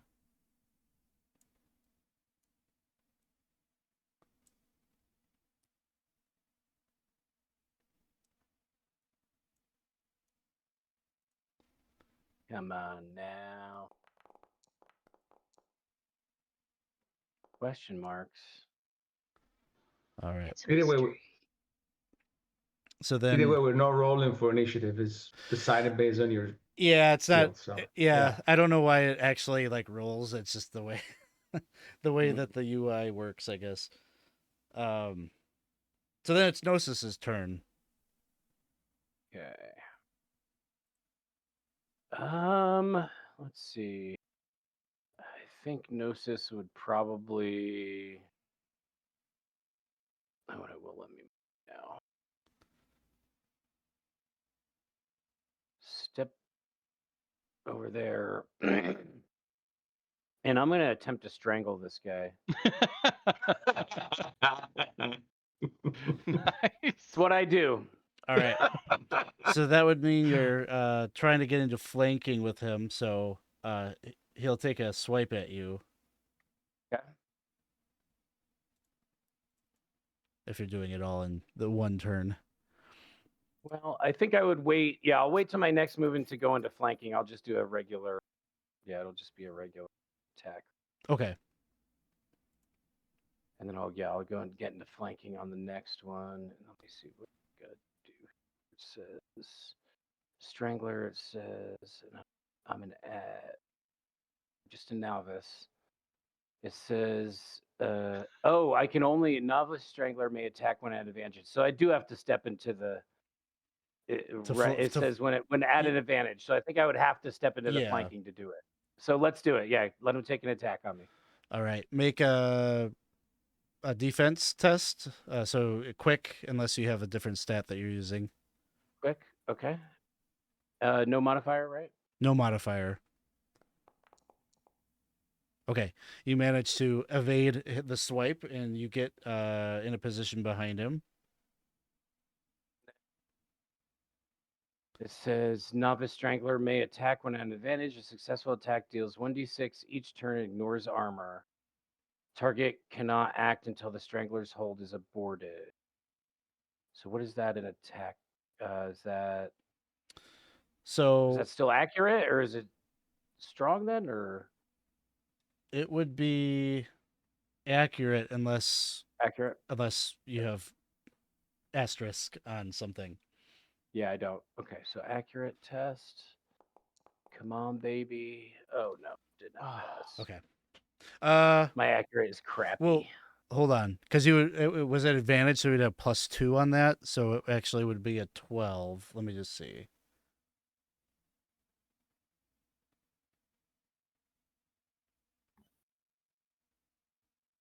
It wouldn't matter what it. No, the result it's a -7 result margin. So, yeah.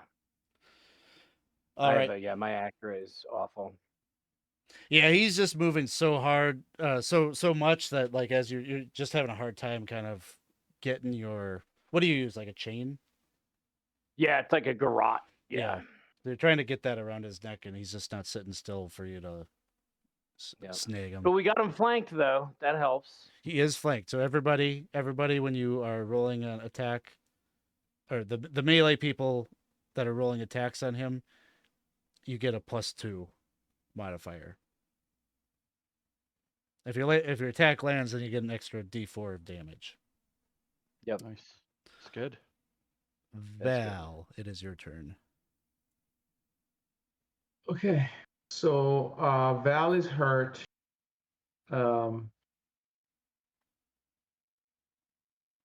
Is in a flanking position now, thanks to Gnosis.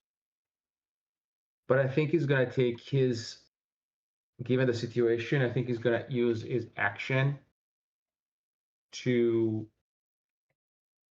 using leader to basically point at the guy who's being flanked and designating that as the target. So any attack on that creature is going to inflict one extra d4. Okay. So on top of the d4 for being flanked, there's going to be another d4 due to basically me positioning or giving you the in of how to attack this guy. Nice. So that's going to be my action. Move, I'm going to have to stay there because disengaging means attack, moving means attack. So I'm where I am. I'm a sitting duck. All right, Gretel's turn. Would it be okay for me to attempt the beast lore again or no? Let me look at your thing. You might be able to do these new guys, That is true. if nothing else. Yeah, I'll say you can do it on the new. I'll say it's a limit of 1 per, but since those guys Oh, are it a little does. bit different, I'll let you try it again for them. I'll have to find where it says. Yeah, look at them. that, They 'cause look I totally handsomer. missed it. Wow, handsomer. Yeah, I'll try I'll try beast lore on the new fellas.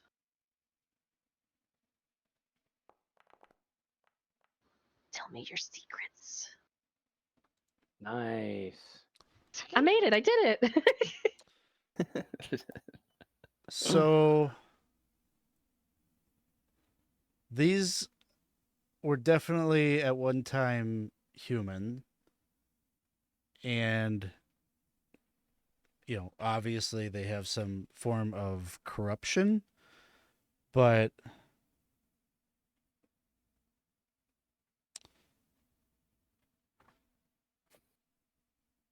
the corruption that they are under, I'm looking at my notes. I'm trying to find what it is because there is an explanation. When you're Essentially, expert at different types of corruption. They look like they were subjected to a mystical power that is designed to kind of form things directly from the flesh. So to change the body into, to weaponize the body, and that's exactly what they I have see. as these claws that are like the bone structure just shot up through the fingers and created these claws and such. So this is definitely like dark, very dark old magic that a lot of cults and things like that have been known to kind of seek out. I'll have to get you, there's a specific name for it, and I'll find the name of the mystical power that created this, because then you could reference that. But as far as their statistics go, I'm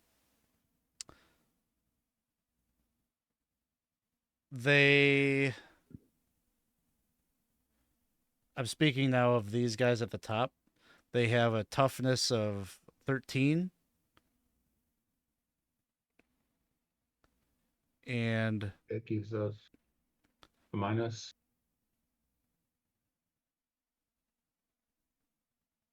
they they obviously don't require any weapons. They have natural weapons. They also have the robust feature, which means that they 1d4, absorb 1d4, right? I think, yeah, they bake it into the stats of these creatures a little bit differently, but basically, they like the ogre, they absorb damage even though they don't wear as much armor. And they do more damage too. Yeah. So, yeah, I mean, that one that tried to hit Val, you saw the number was 8. So if they hit you, it's 8 damage. Yeah. I don't know. I guess you can ask me whatever other questions you want. They don't have like a true weakness or anything, but I don't have a particular question in mind. I honestly just wanted to try the ability. That's pretty much it. I can't think of a yeah, I can't think of a question to ask. I just wanted to try it out. Yeah. She wanted to know what they were. Yeah, I wanted to learn. That's all. I've got everything I need now. She'd probably spout out something like. Actually, probably wouldn't spout anything out. Maybe she'd just like yell ahead to the woman to try and get out of there. The one that's facing off with the broom. And then maybe she would use a movement action, if possible, to place herself there. And then try to get the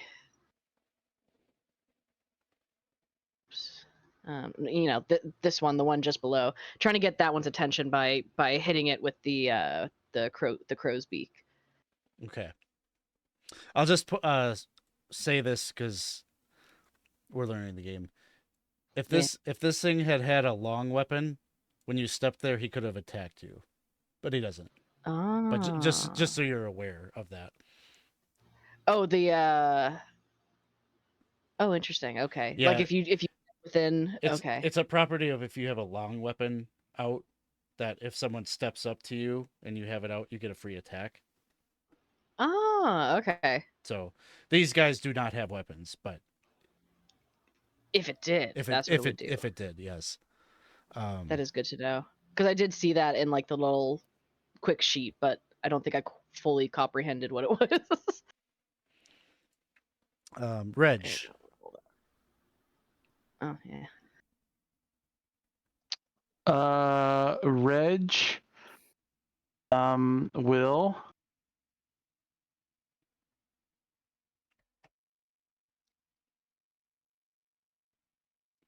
Let's see. I will. We need to attack these down here. I just don't want more to start moving up on you guys. I'm gonna try to attack one of the ones up on top. I'm gonna shoot my crossbow at this one up there, the center. Okay. No modifier on these guys either. Okay. I do have something that voids armor if we get that far. Okay. They do have armor on.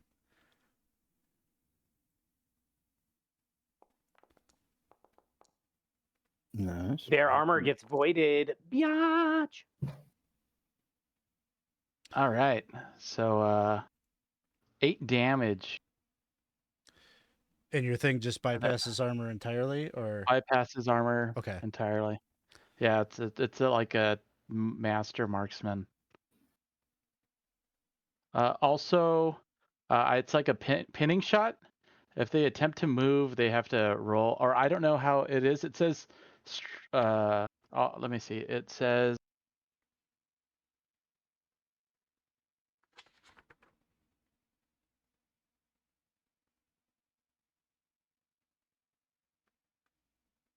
It's a precision shot, so I would kind of shoot him like in the shin, try to pin him to the ground. If it hits and does damage, I have to make an accurate, and then there's an arrow pointing to the accurate that says strong. Test every time the target attempts to move. I'm not sure. Would I be rolling accurate or would I? Sounds like you'd be rolling accurate, and it would be offset by his strong. Okay, sounds good. That's what if it attempts to move, I'll be rolling inaccurate. Okay. See if I could do something. Well, so you hit him for 8 damage, which is over his pain threshold, I think that's what it's called. It's pain threshold. So you can either choose to knock him prone or take a free attack. I'm taking a free attack. I'm shooting again. Sounds good.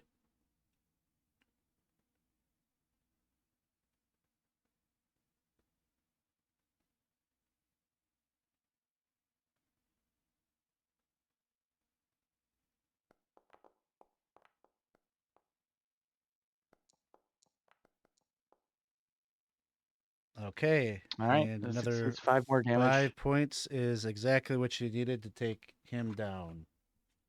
So well placed shot. First one kind of at his feet. He kind of stumbles forward, and then a second subsequent shot right through the top of his head as he's falling down. Whoa! I'm just Nice. winding up the crossbow. Somebody And redeemed. loyal- Somebody redeemed the Stone Cold thing right at the moment. That's pretty good. I don't think I've ever seen anyone do that. Sorry, Chris, what were you saying? I was just gonna say that was a good 9 thaler or whatever spent on that crossbow. So I'll give a quick nod, and then I continue getting ready for the next shot. And a little whoop, little nose whoop to Loyal.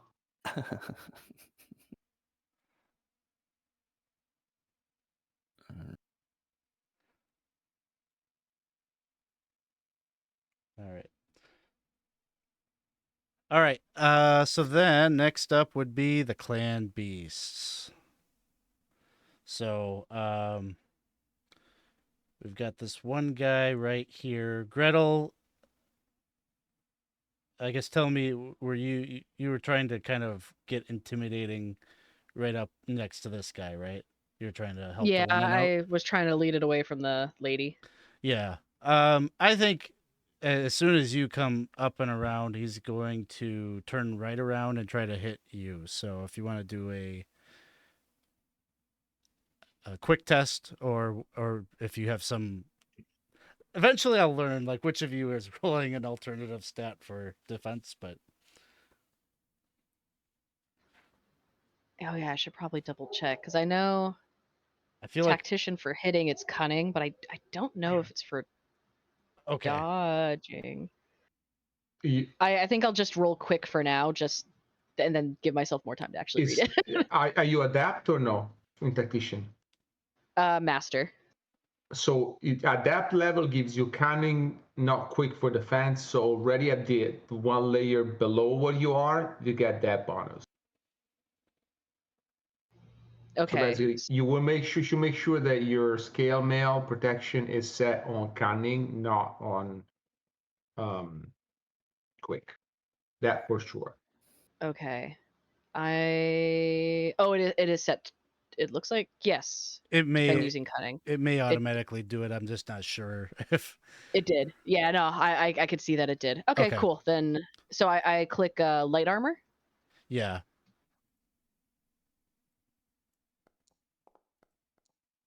There we go. All right. All right. So then you succeed and dodge out of the way of his claw. This guy right here,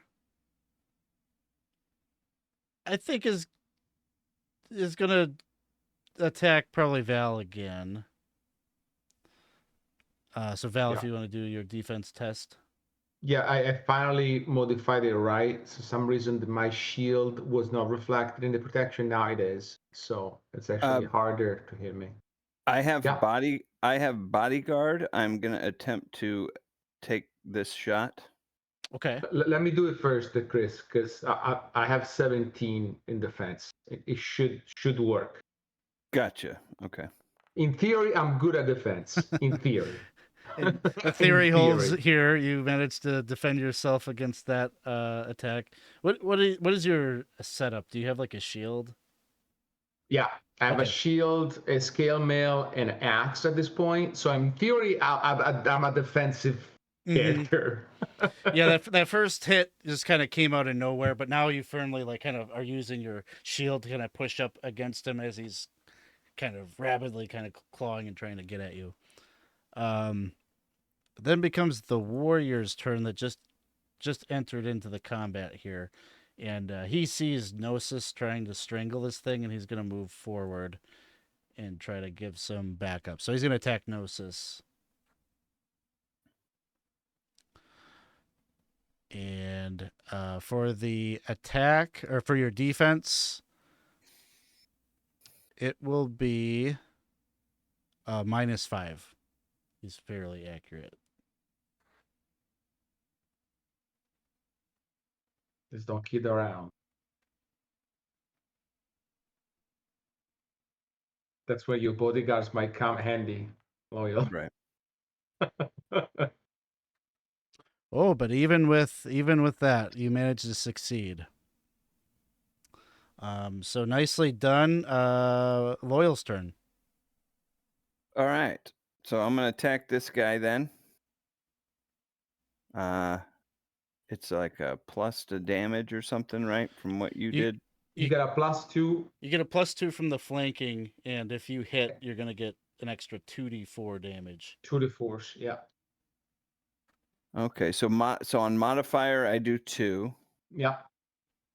And then the damage, I don't know how that is gonna play out on the sketch. You might need to Have to roll the specific dice. extra. Yeah. But it's gonna come out with the damage of the weapon that you have to keep that list. Let's see. Well, we'll roll. That's a hit. And there is dice being added. So And then plus 2d4. yeah.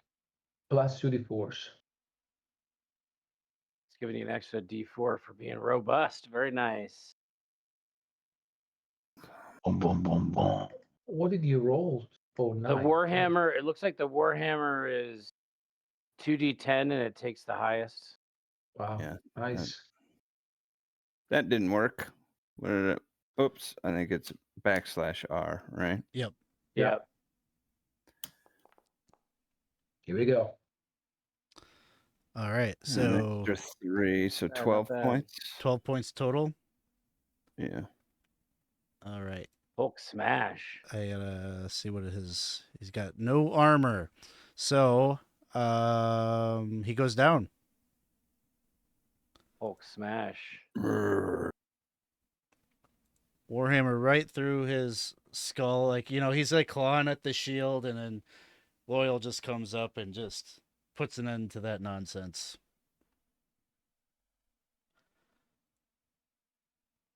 All right. So half of them are down. We're back. We're round 3, and it's Gnosis's turn. Right. So Gnosis is gonna try to, I guess I'm gonna try to stab this guy that's on me. Get my character sheet here. So that would just be an accurate, right? My dagger. Is there a modifier minus -5. -5 for the armor? Yeah, this guy is accurate. That's what Alex said before. So it's squishy. It's difficult to hit. Oh, so his accurate comes off the attack or whatever? Mhm. Wait, you're just attacking this warrior, right? Yeah. The guy that's next to me. Yeah. No Is there a modifier. modifier? No modifier. Oh, no modifier? Okay. That means I just do. Sorry. That's good. Ah. Darn it. All right, yeah, I missed. My accurate is pretty bad. It's I'm gonna miss more than I hit. What is your what is it? Like you have armor. What is it? What is your armor and weapon kind of? What do we see? Like, how do you Me, attack? I've got a dagger. I have a crossbow on my back, and I'm wearing a witch gown. Okay. So you're light. You're not like Yeah, tough. yeah. You don't look like No, I'm not a tough guy. I'm a sneak up behind you and strangle you kind of guy. Awesome. But yeah, you're feeling physically outmatched by this big, muscly, corrupted warrior thing that is trying to press the attack against you. But I do think I am. Can I? Am I able to just like step around him, like not disengage, but just kind of step to the side of him? Sure. Yeah. As long as you're within melee range of him. Yeah, just like like maybe behind him, like there. The second one. It's not letting me move. I think it's because I Gabe's turn. Yeah, I can. Yeah. Sure. Perfect. Thank you. All right, Val. So Val will exactly step up into the space vacated by Gnosis with this move. So I can now use move to flank But actually, I will use my action to flank. So I'm gonna give the flanking to Gnosis next. Does it You make can sense move what I'm into saying? flanking. You can move into flanking if you take an attack. Yeah, but I'm not gonna You don't take an want to. attack. This guy doesn't mess around. I can go down. I only have 5 HP. Yeah. Good So point. Good point. Yeah, he's very accurate. Yeah, I forgot. yeah. Sounds so you're gonna spend your basically your entire turn to like put Yeah, him to put get him into in flanking. position. Perfect. Yeah. Let's see. Gretel. I am going to smack at the one below me. Schmacker. Smack away.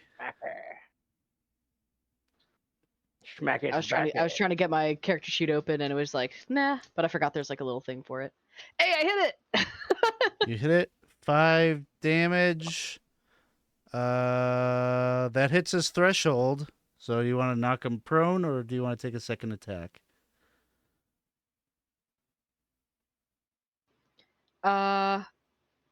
I will. I'm by myself. For like prone, is it like it's like a movement action to get back up sort of thing, or? Yeah, I'm here. he with ya. he in theory could attempt a quick test to stand up, but if he fails that, it would take his entire turn to stand up. And if he was prone, other people get +2 on their attacks. Yeah. I was like, yeah, I'll go for the prone. Okay, so he gets knocked down. So any attacks on him are. They call it at advantage. It's not 5e advantage. It basically means it's a +2. +2. Gotcha. Which And gets more confusing when there are things that allow you to roll 2d20s and take the higher. Oh no. So What's okay, that called? 2d20s there's and not a take the higher? term. That's what it's called. Yeah.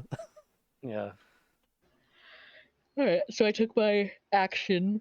I don't think I want to take a move action, so I believe that just ends the turn there. Sure. Sounds good. Reg.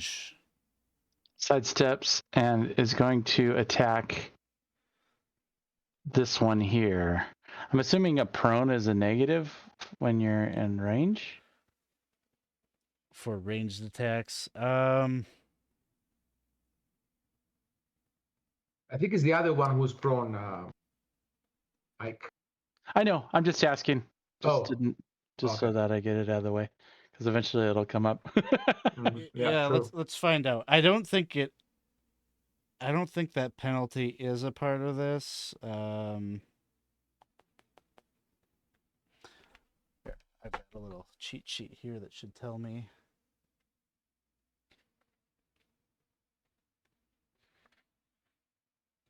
Situation.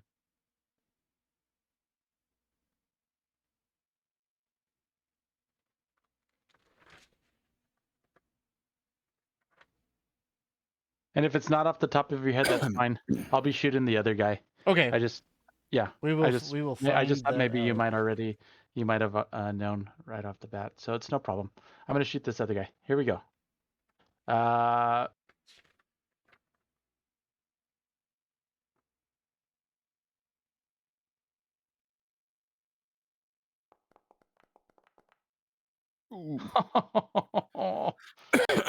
That's missed. a I hope that I don't think that's a critical fail. Did that do anything? No. Okay. I'm not gonna. I could, but not this time. okay. We're still learning. We're still learning. That's the end of my turn. Sounds good. I think that brings us to the beasts. So the one right here is prone. How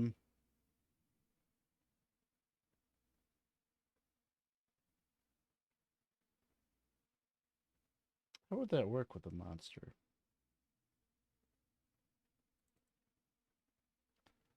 I'm just gonna. I guess I'll have him roll. I don't know if I probably shouldn't be doing that.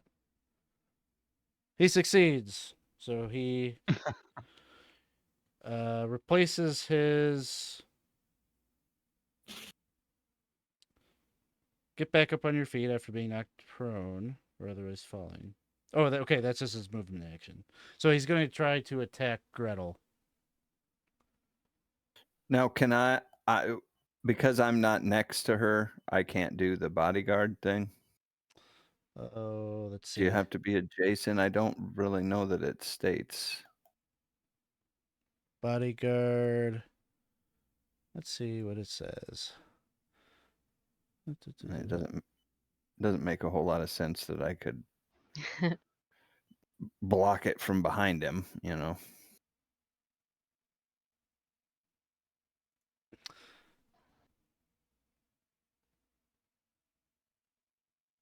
I'll let you try. We could flavor it like you kind of you're in the vicinity there if you want to move up and like try to take the blow. Just make the resolute test.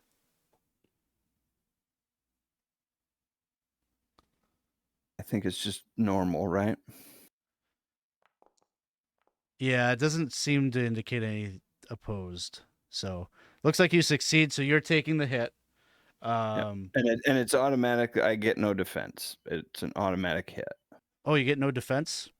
Or Correct. your damage reduction should still happen though. Yes, I get Got it. my armor gets worked in there. So it's 8 damage. So let's see if you can null that or not.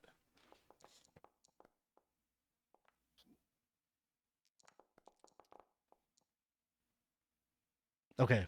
So you'll take 2 points of damage. All right. It's good. Still, that's pretty good. Thank you. You're welcome. She'd even say that. Thank you, Loyal. And then the warrior is back here. And The big armor guy or the squishy guy with a knife? I think it makes more sense that this character is going to attack Val. Yeah. He sees there's something kind of very vaguely familiar to you, Val, about this individual. And there's sort of there's a warrior spirit of them. And so when they see you step up, it seems like they kind of become disinterested in Gnosis because you're equals, or like there's sort of a little bit of that. So he's going to attack you. So I'm gonna roll a defense, and I don't have any modifier, say, correct? No modifier. Or do I have no modifier? Okay. Oh, I'm sorry. It is a -5. Yeah, that's what I thought. So it's a -5, so I fail by 1. All right. You could Mother roll fresh. your armor. Roll my armor. Is it already written there? Nope. Let me roll it. So protection. I thought it was just supposed to put it in there, but I guess it doesn't. Yeah, I thought so too.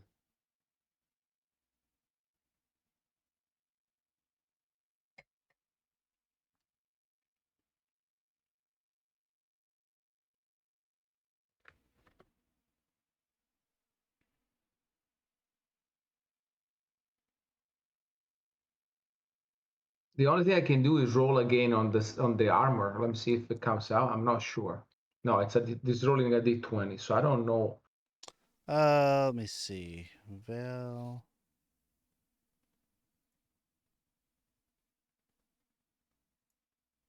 Because when I rolled it before, I think it already came out with how much I was defending, so I don't know. It's probably because it's seeing that you succeeded, and so it's not bothering with the armor, I think is what is happening. It's weird there isn't a way to just force it to do. I guess just Uh, keep rolling it I until guess I it can fails. roll. Be sure to put the 5 in, or the -5. That will help. Yeah, but all I'm gonna do is gonna do roll slash. Cause I can force it, right? Roll 1d8, so that should come out. Okay, yeah, that works. So I absorb 3, so it'd be 5 points of damage. so that brings me to my total. So my current is 0 at this point. Oh, okay. I So guess I go down. you've been down. Okay.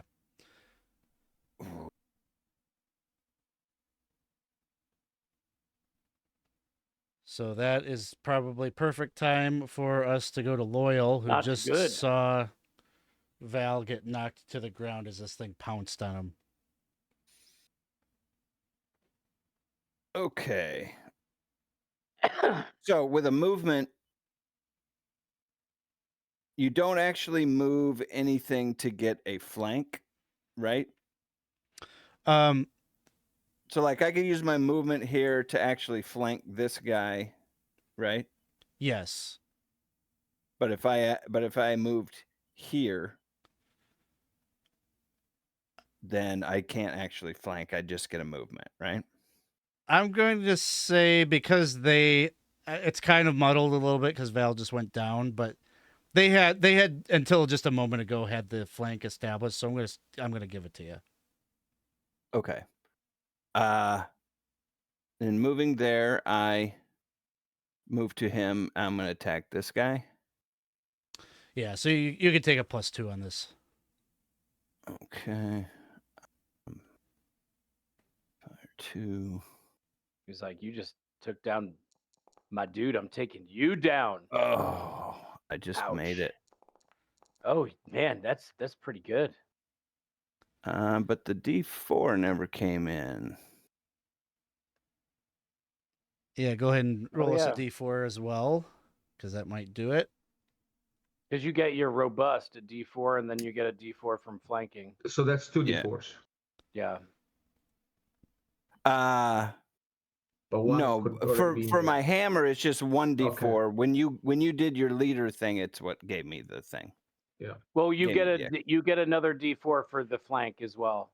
Yeah. Oh, that's right. Okay. Yeah.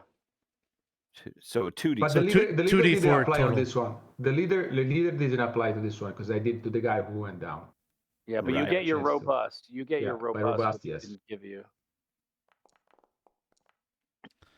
And that's So enough. 15. That's 15. enough. So you go and make sure that no further harm comes to Val as you see him fall. You crack the skull of this guy. And I spin to face this guy. Sounds good. Brings us to the top of round 4. Gnosis is up. This is going to step into flanking here and will incur an attack. Okay. No modifier on your defense test.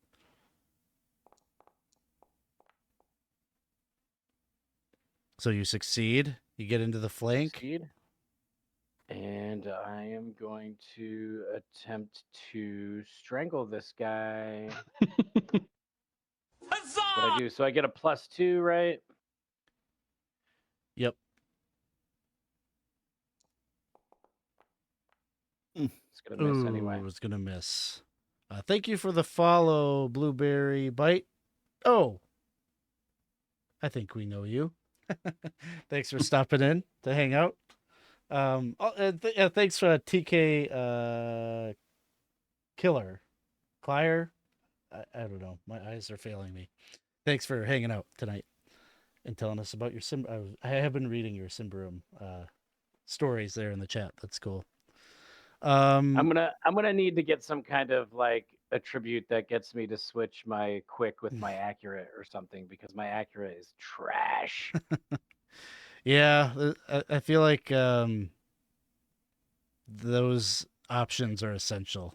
You know, move it to the thing that you are best at. Val is down. So I need to roll something. I think it's a D20. I think basically you want to try to get a nat 20. Okay, is that the dead thing that I have here? Recover. You don't want to get in that 20. The character dies. Oh, You want a 1. sorry, the reverse. Yes. I want you to get a 20, but you don't want That's that. right. Evil. Give me this gift. Whoa! Hey, look at that. Look at Oh, that. boy. Perfect. That's good. All right. Character's damage looked much worse than it actually was. With Good. 1d4 toughness left. Yep. Nice. Yeah, So roll a 1d4. Damn, Val is a bad ass. This is why he's our leader. Did he That's just right. pick back up? All right. You got Good 3 points. toughness, and then you can. You're recovering essentially this turn, but your next turn you could act again. Okay. Sounds good. That was awesome. Yeah. That was sick. That was freaking sick. That was awesome. All right, Gretel. Tried and true. Gonna schmack it. Schmack. Oh. 1 point of damage. All right. Every point counts. I think that's probably the first damage on this one. Oh, and by the way, I found the name of the thing. These things, their flesh has been warped by a ritual called fleshcraft. Ooh. All right. And I believe that'll be it Nasty. for me as well. So you. Sounds good. Reg.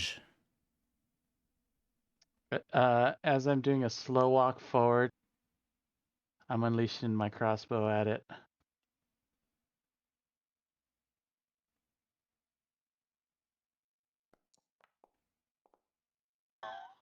Oh, it was a 3 and it rocked back. Okay. But there's flanking on this guy, so you'd had a Oh. +2, so you would have Okay. hit. That hits. All right. Let me see how I'll do damage then. I guess it's just a D8 then. Or no, I'm sorry, a D12. Plus a d4 from the flank, Mm-hmm. if needed. If needed. Not Oof. needed. 11 damage. Not needed. This thing drops. I want to picture like I'm going up, and it's like I don't know. It feels like a shotgun or something. I'm just moving up slowly and just like nail it to the side of the house next to it. The I reach my hand down. I'm sure Val's still prone. yeah. I grab him and kind of help him stand and give him a pat on the back. I say, "Are you good?" Oh, yeah. What was that, Val? You're good. I can't believe you're still up. I thought you were down. I thought we lost you. I've been hit hard, but I can manage. The woman on the ground kind of picks herself up, and she's just looking over at Gretel. She's like, Prios, praises be to Prios for sending you here. You saved my life. You saved my mom. Thank you. There's more. There's certainly more people that'll need your help further down. Do you have any idea what happened? The whole block where I was walking with my mom to get some groceries, and everything, the very floor, the flagstone under our feet fell beneath us. We just barely were able to crawl away from the wreckage, but it was like the earth just opened up and swallowed the buildings all around us. And then those horrible things came clawing out, and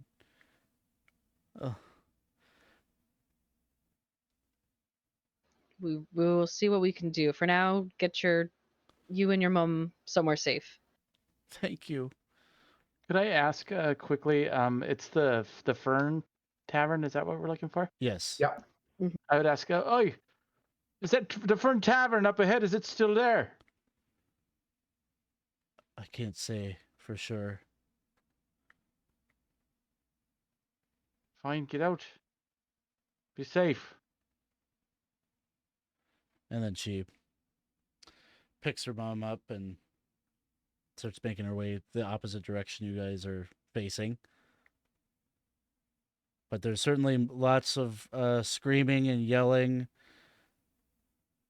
sounds of terror from further up ahead.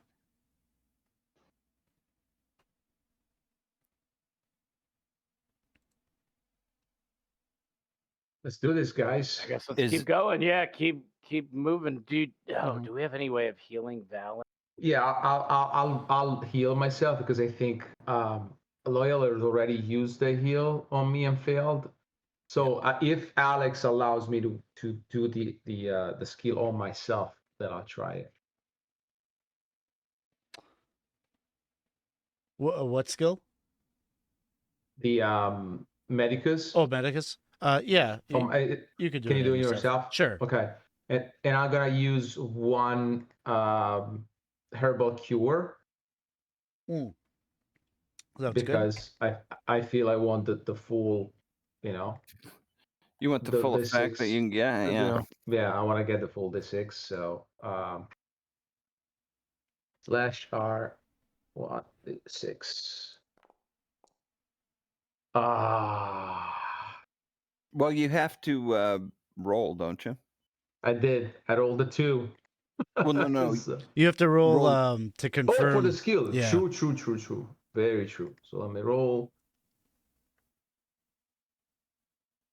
Where would I roll that from? Is it cunning? I mean, like, where would I? Oh, I roll a cunning. Okay, yeah. Roll. Either way, I failed. So.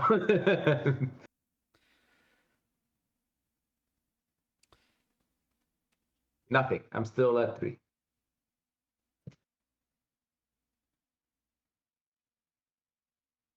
Dang it.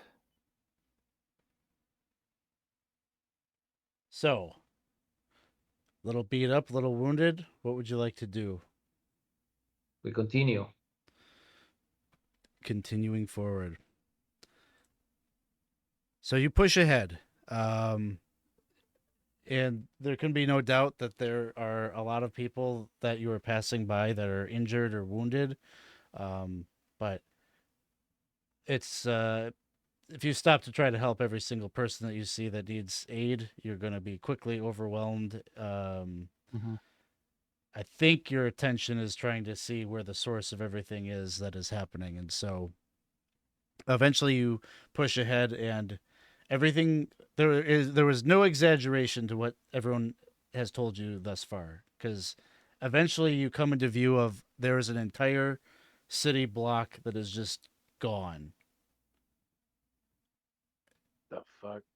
And there is now just a ragged circular pit that descends down into darkness. You can see some, the wreckage of the buildings that were there, like wooden beams, stonework from the foundation and such, but most of it has actually fallen into this pit, very likely.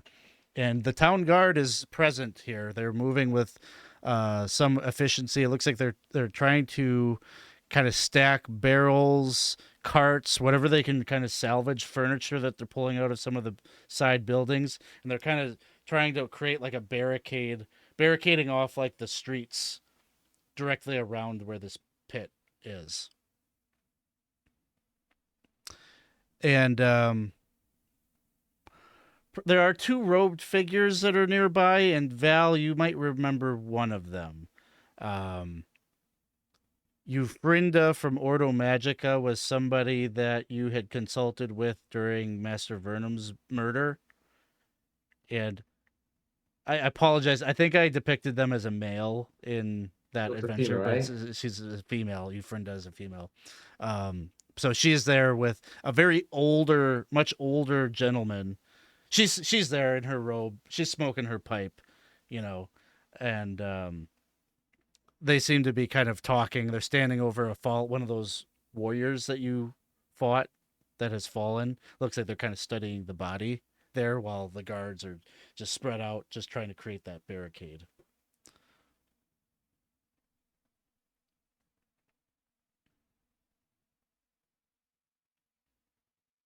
So I guess if I would say, like, what did this? You go up to Euphrinda, or Yeah. the Ordo Magica. Yeah. She says, "Ah, Val! Good to see you again. We don't really know what caused all of this, but there are a great number of these beast men that clawed their way up out of that pit." And then she like turns to her colleague and she starts talking about we're going to need to try to get the ear of the mayor to maybe send an expedition down there so we can get to the bottom of what caused all of this. And you kind of get the sense as he's listening, like he's like not as enthusiastic about speculating about that idea at this moment. Like there's an active crisis around and she's already moving on to like we need to study this and blah blah blah blah blah.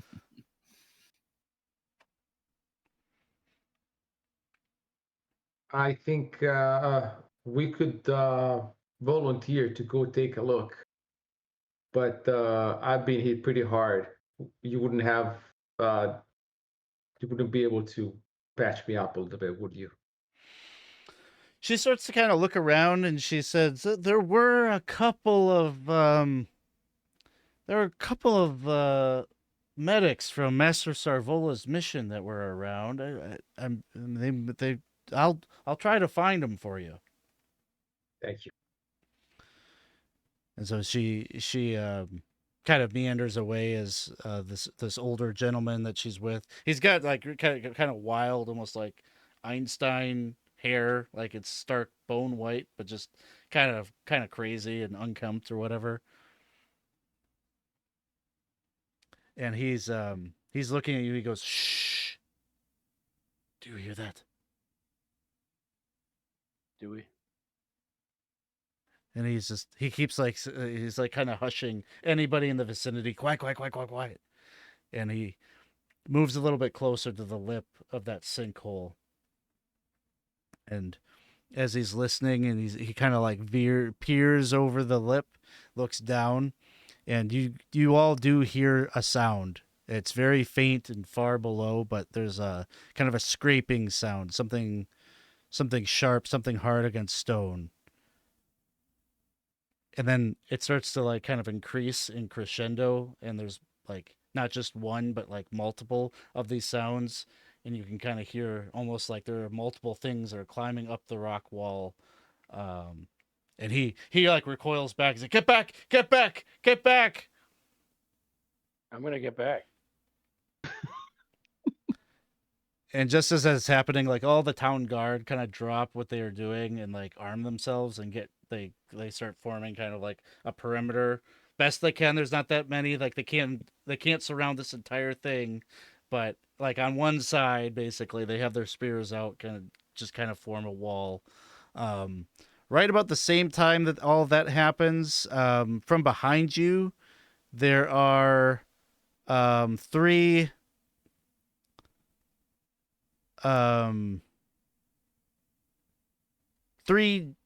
warrior looking men, who all have the sun symbol of Prios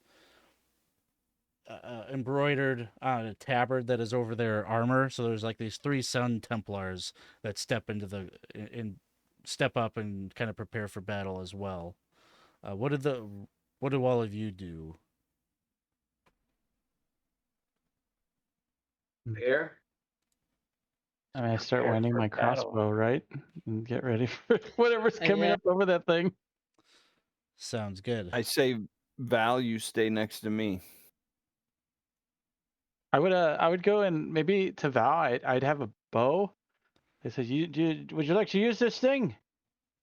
I might be more effective with the chair A than chair. that thing. Yes. Okay, give it back then. That's mine. I don't want you throwing it.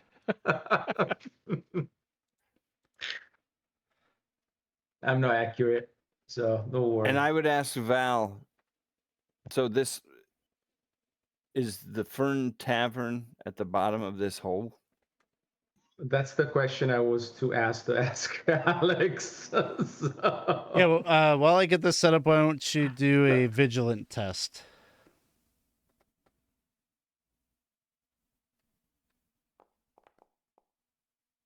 Yep. You see amongst some of the material that they've used to create like the barricade that there is plainly like the sign of the Fern Oh. Tavern has been propped up right there. And so you suspect that your potential ally agent was sitting here on this spot when the sinkhole opened up. Perfect. That's perfect. But you don't have That's time great. really to digest that problem as you see all of these beast men. One of them cries out as they climb up out of the pit, and they don't care about these spears. They gladly like cut themselves and bleed as they pull and drag themselves over it. And one of them says, "For Hallowban!" as they charge into Says what? for Hallowban. Hello, band. Jesus Christ. F Halaban. That means nothing to me. I Oh, scream. Fuck you too. Screw you. Well, I guess at this you would see instead Val seems to be hit by a punch to the face at that screen. The name Yeah, familiar. the name means something to him. no. Oh boy. It's In fact, I was fearing this. It's an episode of Quantum Leap now. Oh boy. Yeah, oh boy, that's right. Yeah, I figured you might have at some point been wondering about what these things were that Yeah. you were fighting. Yeah. So I'm sure that'll be a big part of the next session is talking about.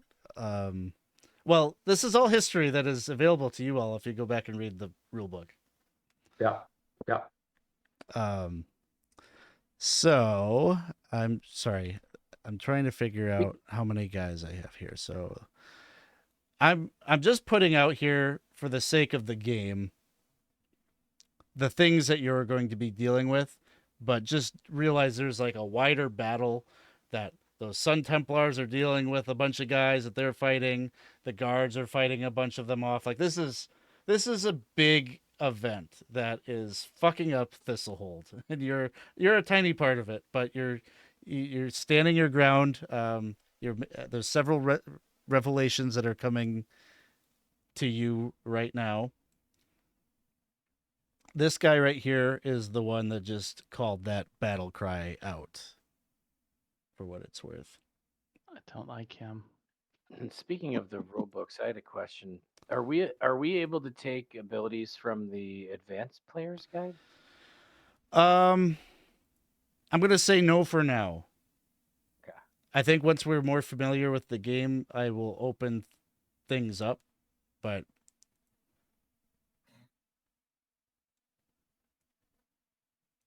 my understanding is some of that stuff is fairly broken, and I should probably is it? I should probably say no to certain things, but not necessarily everything. So I have to do an assessment of that. Gotcha. No, there was one of those things where I could swap my accurate for quick when using. Oh, a knife. okay. Oh, maybe I would want that. Yeah, when it's time to buy an ability, just let me know and let me have some time to like look at it and make sure there's no funny business. But Yeah, I'll message that you after sounds the like session probably a then. reasonable one. Yeah. This way, maybe I can get a hit off fighting. So we start things then with Gnosis. And then where? Where's this guy? Hey, at? Alex, I will be right back. Sounds good. You are up at like the northern part of the map now. I just moved you over to where there's kind of this is a map that I found this on Reddit. Somebody made like this. Oh, kind there of, they are. I see them on the other side of the thing. Yeah, Okay, there's sort of the sinkhole there. Okay, I'm gonna uh take a shot at this guy with my crossbow. So accurate. Which Going here. I'm sorry, which guy was it? This center guy. The guy in the middle. All right. Mhm. The one that looks unique. Yep. He no modifier. No modifier. Okay, cool. He's got a I mean, I quick a suck. 10. I suck anyway, so it's probably gonna miss. Okay. Yeah, he's still behind the barricade yet, and so like it kind of ricochets off of some of that. And then as a movement, maybe I will. Can I get like there, behind this building? Sure. Yeah, you could duck behind one of the Yeah. buildings that didn't quite succumb to the pitfall. All right, Val is up next.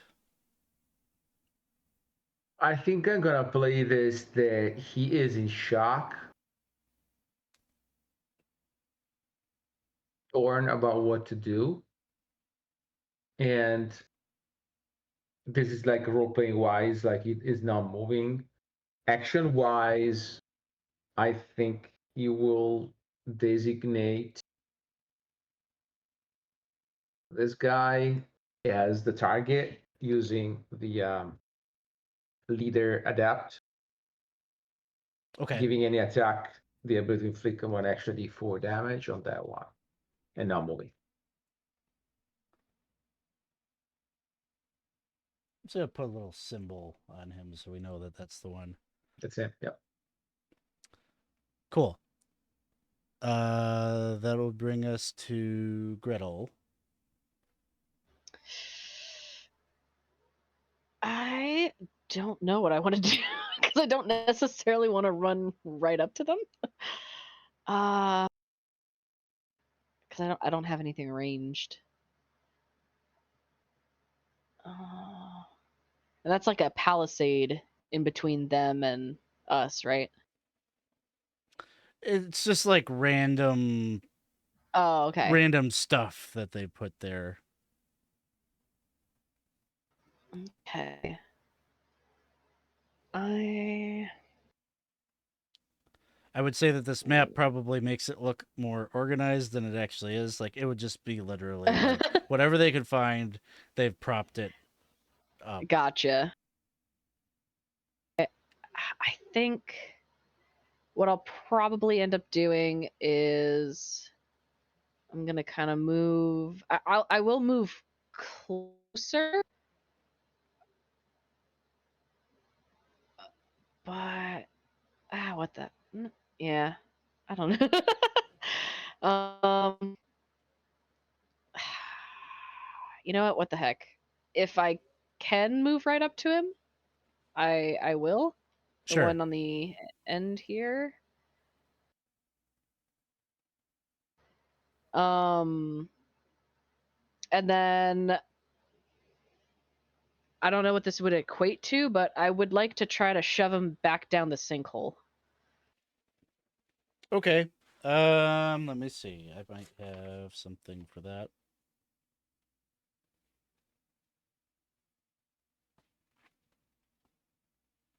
It's a shove. You yeah, can make that feels very tactician of me. you can make an attack. If it hits, you can knock him back. If it hits, you can knock him back. If it misses, he is going to attack you. Okay. How about that? Sounds good to me. Hazoy. And it hits. Yeah. So he doesn't necessarily take that damage, but you are effective in hitting him with your Crow's beak. yeah. How do I say that word? Bec de Corbin? Yep. Bec de Corbin is French. Smacks him across the chest, and he loses his grip, and you can see him just snapping and snarling as he falls backwards.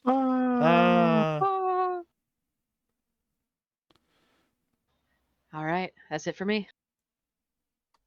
I will just remove the I'm just gonna remove the token. That's a long way He's gone. down. He might not be dead, but he's not coming back up, or he's not coming up necessarily right here. And all I right. missed it, but it looks like Gnosis ran away. He is Doing some stuff. yeah, sneaking down Repositioned here. himself. Oh, there he is. Okay, I was a little too zoomed in on the map, but Yep. I was like, "There's somebody missing." Gretel just baseball I'm battered the positioning guy myself down the hole. to strangle someone. That's right. Reg. All right, Reg is going after that center one there with a shot.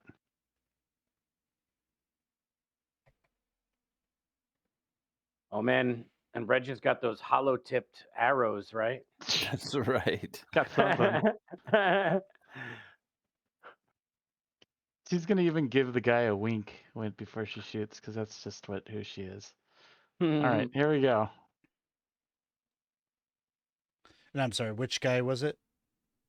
Center one, the one that looks different. Okay. But it's not gonna matter. Maybe, probably not. Okay. That one misses. I'm gonna take a step back. That's really close, man. All right, that's good. All right. These beasts, this guy's gonna climb up here, and he saw Gnosis sneak over there. Son of a gun. Ooh, he ran right through the bear trap. It looks like. Yep. He's got a bear trap on. He don't give a fuck. He's just like, "Ah!" I hate the urban bear traps. So go ahead and do a defense test. It was a bear trap stall, obviously. But you managed to keep we're kind of backpedaling as he's like charging forward and trying to snap and grab at you. The other one fell in the pit. This guy climbs over the barricade and he's going to come face to face with Val. This is one of the warrior types. He's I would say this guy over here is very feral and almost indistinguishable from like a beast, like an animal or something. Whereas there is some intelligence behind these eyes. This one that steps up to you, Val, still has that warrior spirit.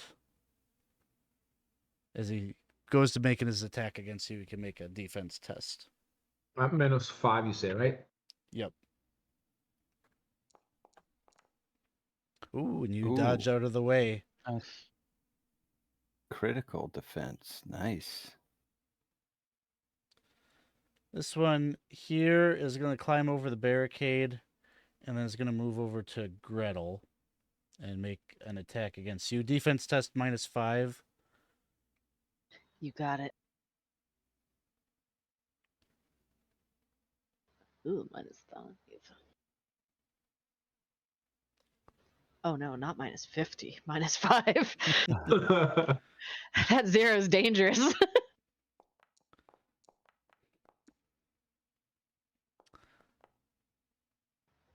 All right, so -2. 2 points of damage. So you take 6 points of damage total. Oh!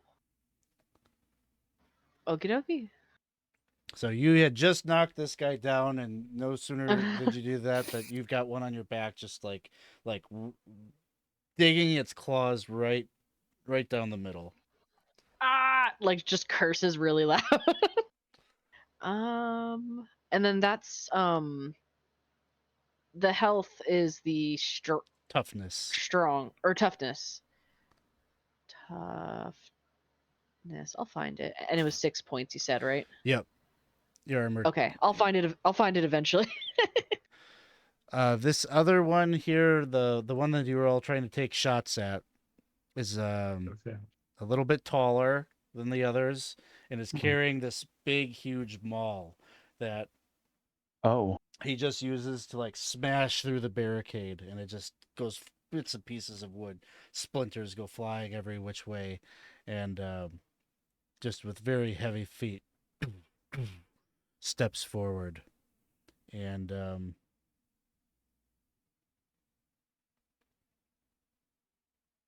I think is just going to go and try to match the might of the ogre. Right. Make a defense test -5.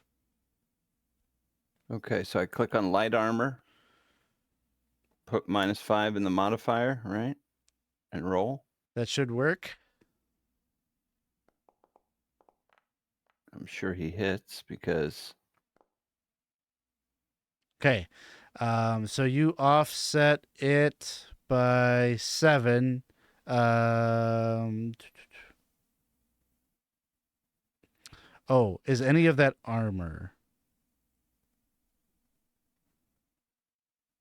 The is any of that armor? the D6 was from light armor, is that correct? Yes. Okay. DC armor and then D4 by robust. So Yes. your robust will play a role. His heavy weapon ignores armor. Ooh. So it's a total of 6. It would be 6 damage, but your robust will mitigate that, so it's 4 total. 4. Okay. And then it is Loyal's turn.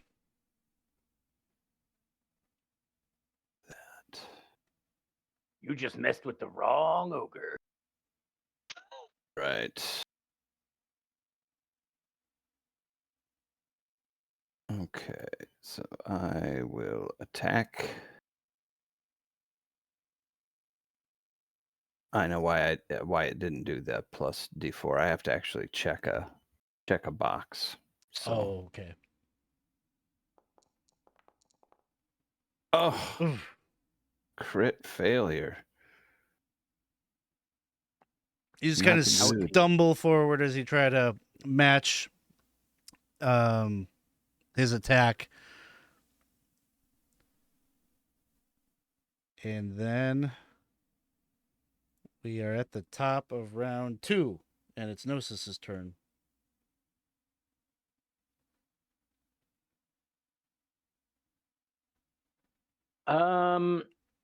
I would like to attempt to bend the will of the big guy to take control of his will.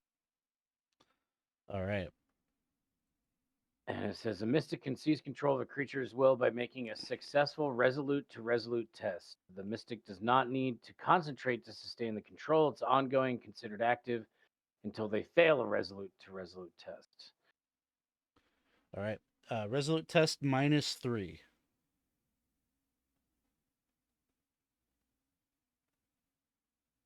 Come on, Papa Gnosis needs a new pair of shoes. Oh! So, Nice. as you invoke your mystic power, you can see that it's like bringing up the warhammer to strike at Loyal again, and like you're able to kind of yank at its mind and pull the strings that allow it to show just a bit of restraint there. You end up taking a D4 temporary corruption then. Yeah.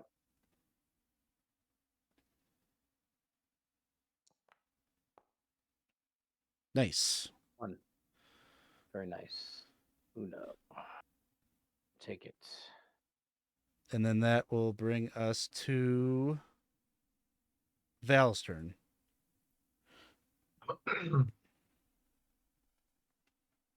I don't think that Val can attack these guys. So what he'll do is Is he too weak or what's the deal? it's difficult to say. You can see he is not doing great. You don't know if it's because of the injuries he Yeah. sustained or something else psychological in nature, but it doesn't seem to.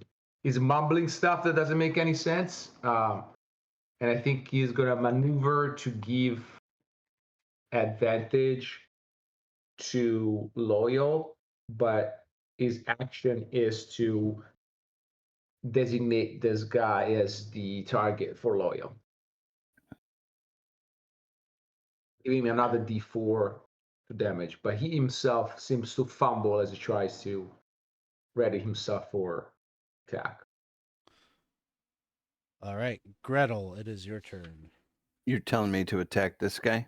Yeah, I give you a flanking and I give you a 2 extra plus D4 damage to it. Regarding for like the last turn, they did 6 points of damage to me, and my threshold is 6. Do I like fall down or something, or? Yeah, we'll say that that's what he did. He knocked you prone. So now Okay. on your turn, if you want to stand, you can try a quick test. If you succeed, then it's just your movement to stand up. If you fail, your entire turn is standing up. Okay, yeah, let's do that. Let's make. Oh, my quick is not great, but we should probably stand up.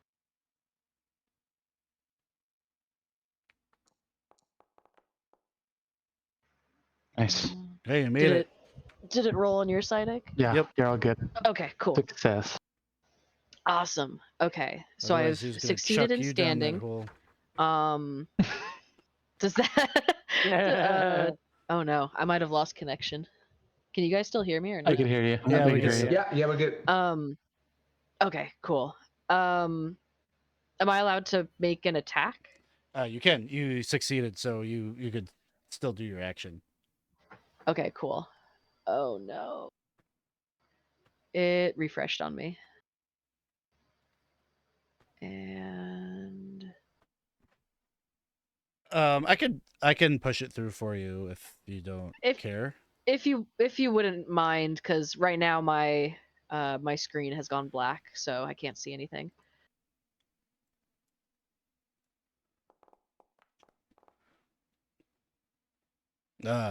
Cursed You rolled a dice. question. You rolled a You question. rolled a question mark. Oh, you I can't see rolled a it. question mark. Oh no. It was a 16. That didn't Okay. hit it. Sounds good. All right, cool. Thank you. Reg. I feel like we might have done this already mechanically.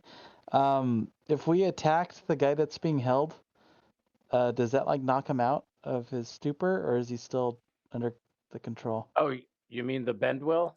Yeah. Yeah, no, you can attack him. Okay. Either way, also I guess the other mechanic, that flanking is still active for that for this Yes, person here. I just set it up. Yeah. Okay. One last question. Because his will is bent, is there any modification on that attack? Nope. Okay, sounds good. We'll go after this one then. Basically, it just means that I control his action unless he passes a resolute to resolute test. Got it. We'll go after this one then. Try to get a little bit of damage. So it'll be this plus 2, right? Correct. But by -5, so you have a net negative of -3 to your roll, if I interpret this correctly. I think it was a defense roll as a -5. Yeah, the Right. defense. Oh, then yeah, just a +2. Yeah, I got Okay. confused with that. Yeah. That's gonna be a Nice. hit. Hit with +2 d4s. 9. Yeah. Oh, so it's 9 damage so far. And then you said 2 d4s? Yeah, because 1 for flanked and 1 for because I designated it.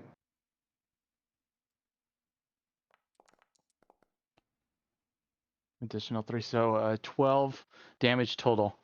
12 total. Just one So that'll be above his threshold. He's not quite dead. Would you want I'm to? attacking again. Okay. I'm attacking again. He has 1 toughness left.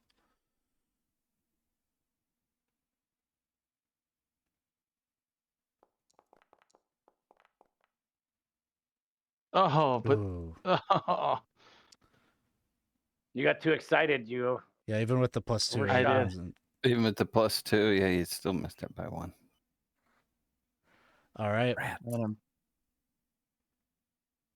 That's it. The beast over by Gnosis is going to try to attack you. So defense test.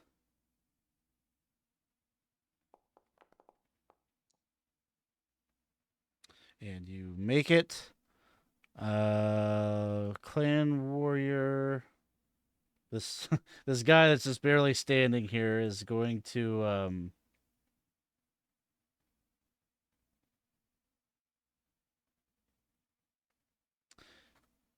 yeah, I guess he's just taking these shots, right? Like, or at least he had one big shot right to the back, arrow sticking out of his head. But he's kind of like flailing at you, Val.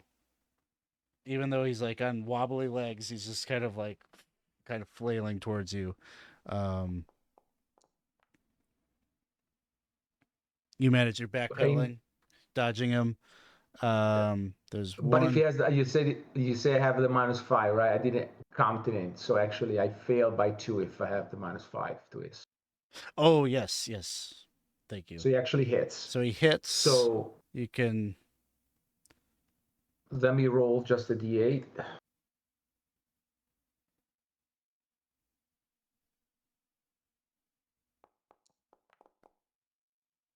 Okay. It is 4 points of damage. I go -1 on the ground. Down. The one over by Gretel is going to take a swing at you. To make a defense test. Yeah, -5. Sorry, I keep forgetting to say that. All right.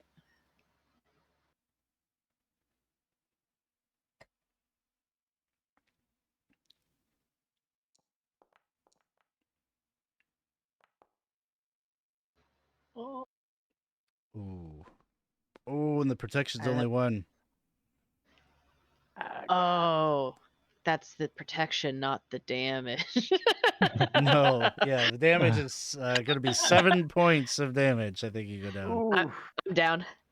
Oh shit. Yeah. I had, I think, 5 hit toughness left, so I'm down. 2 down. All right. It is the Guardian's turn, and so Gnosis, you get to dictate their action. -3. Oh, I get okay. So I am going to have them run over and attack this guy here. Okay. So if you have him do that, he can only run there on this turn. Okay. Well, then I will have him try to take out this guy. Attack then. that. Okay. Yeah. Whew, what do I do? I guess I roll this. What do I do now? Oh no! What do I do? Yeah, because he's no rolling. We are. Yeah, like, yeah, you do don't I roll. narrate it or do I actually do a roll? So I'll do the roll. The guy doesn't stand a chance. This thing he basically decapitates his ally. And with the I'm big going to hammer. make him. What was the guy's name that they said? Hallbrand? Hallowban. Hallowban. Hallowban, and I'm going to make him say, Hallowban has no power here.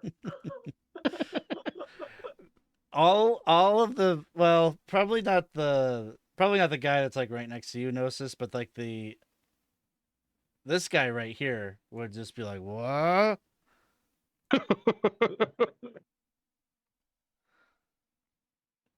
What you say? Cool. Then it is Loyal's turn. Okay. Now you have control of this guy, right? I certainly do. And it's ongoing and considered active until I fail a resolute test. Until you fail, right? Yes. So this guy has no chance. It's you that has to mess it. Got you. Yeah, I would have him do the resolute test if he takes damage. So if Gnosis gets attacked, then I'll have him do it again. I am moving up on this guy and attacking him. Sounds good. No modifier. Oh, are you fucking kidding me? Oh, man. Jesus fucking Boy. Christ. Yep. 20, 18. With 5 you'll be a champion. Yeah. Yeah. God damn. Well, we've made it to the top of round 3. It is Gnosis's turn. Okay. Gnosis is going to try to stabby this guy here. Is there a modifier on that? This one, no modifier. Okay. Oh, miss. Miss. Damn. Val. Well, I'm gonna roll a d20. Yep, we got and see two. what happens. We got 2 down. Yeah, it is brutal. Ugh. Come on, we're gonna get a natty. I mean, when I roll this d20, I'm always Come on. trembling because, okay, one step closer to death, but not death. Yep. So Gretel, same thing. How many is that? Just one, Just 1. Val? It's 1 out of 3. Okay. And then it's just a straight D20. D20. So. Yeah. The straight d20, yeah. Don't get a 20. Don't Yeah. get a 20, yeah. Get No a 1. promises. No. I mean, it's early in the campaign. You're getting a 1. You I've already foreseen if it. you want It's a new happening. character. There you go. Okay, that's that's nice and close. All right. You remain at death's threshold. No change. Reg.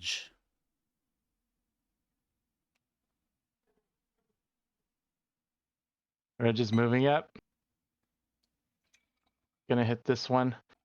There's no way of stabilizing. I don't know. Is there a way just to stabilize? Do you have Medicus? I don't. Probably I not think then. that's how you can do it. Yeah. Okay, well, I'm shooting.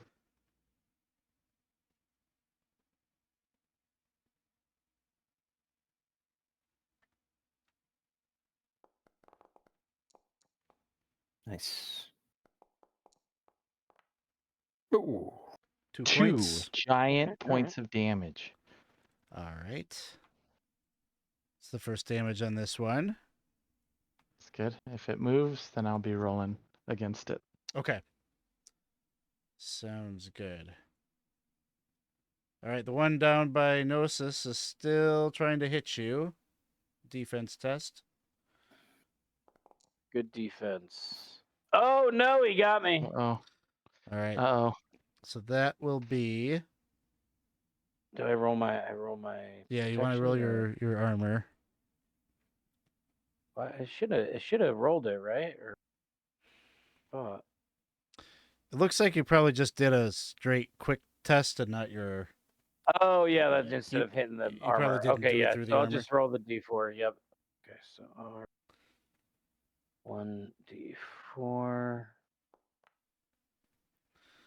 So you'll take 5 points of damage. This is Oof. bone Okay, so claw that's goes over through my your flesh. threshold. Okay.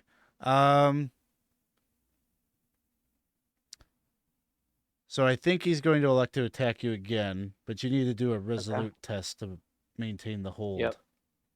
Yep. Okay.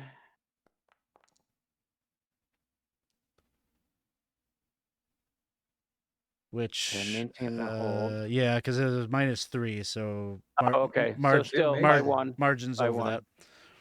that. So he'll attack you again. So another defense test. Okay. Good. That time I made And that it. time you made it. Beast Clan Warrior, the guy that Loyal just stepped up to, is going to turn around and try to swing at you. So a defense test -5.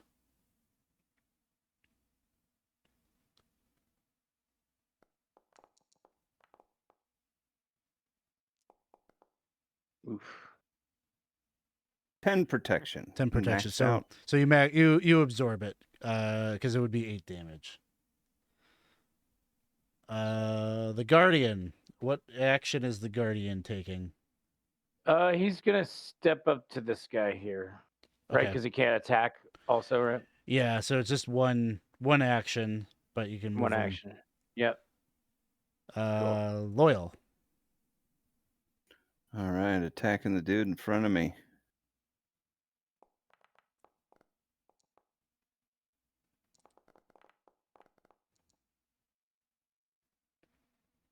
Oh yeah. 11 damage. 11 damage. He goes down because I think he took 2, right? I think he took some damage. Yep. That's exactly what Just you one or needed. two.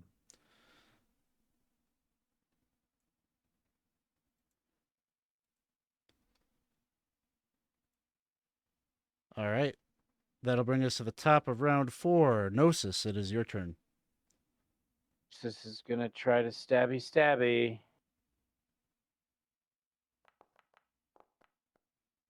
Nopey. All right, fail. And then actually, am I able to take a movement to flank him? Yeah. Mm-hmm. Yeah. Okay. Val. Another Russian roulette. Oh, the one's Okay. right there. Stays there. Doesn't go back down. Doesn't improve. Gretel. Minus. All right. Another d20. So, for clarification, these D2, do they just keep on going until they get a Yeah. 1 or 12? Until someone kinda, heals or 1 or them. 20? Until someone heals them, until they get a 1 Or 20. or 20, or they get 3 steps. 11 through 19s. Okay. Yeah.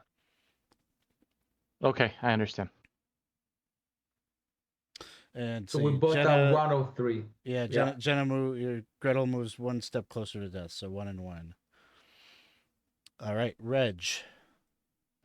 Oh no. Reg is going to, because they can't really do any healing, they're going to attack that guy right there. Sorry, I didn't mean to do that. I didn't mean to do that either. Oh, No. The end is near. The end is near. I was like, I should mark these things down. And I was like, I wonder if I click death, if that'll help me write it down. And then it's just like, oh. I was like, That's no, what it is. I didn't mean to do that. Is the death. Okay, now I know. 5 damage. 5 damage to this guy. Yeah. Okay, that is his threshold. I'm attacking.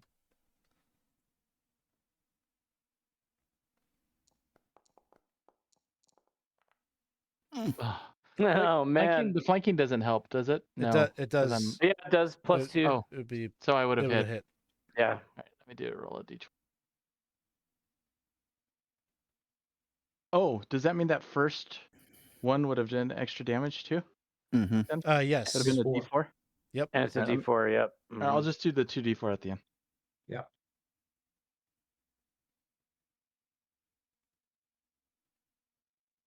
Yeah, the D4 would not kill it, so that's fair. But that. Will... Oh Another shit! shot. Oh. So he goes down.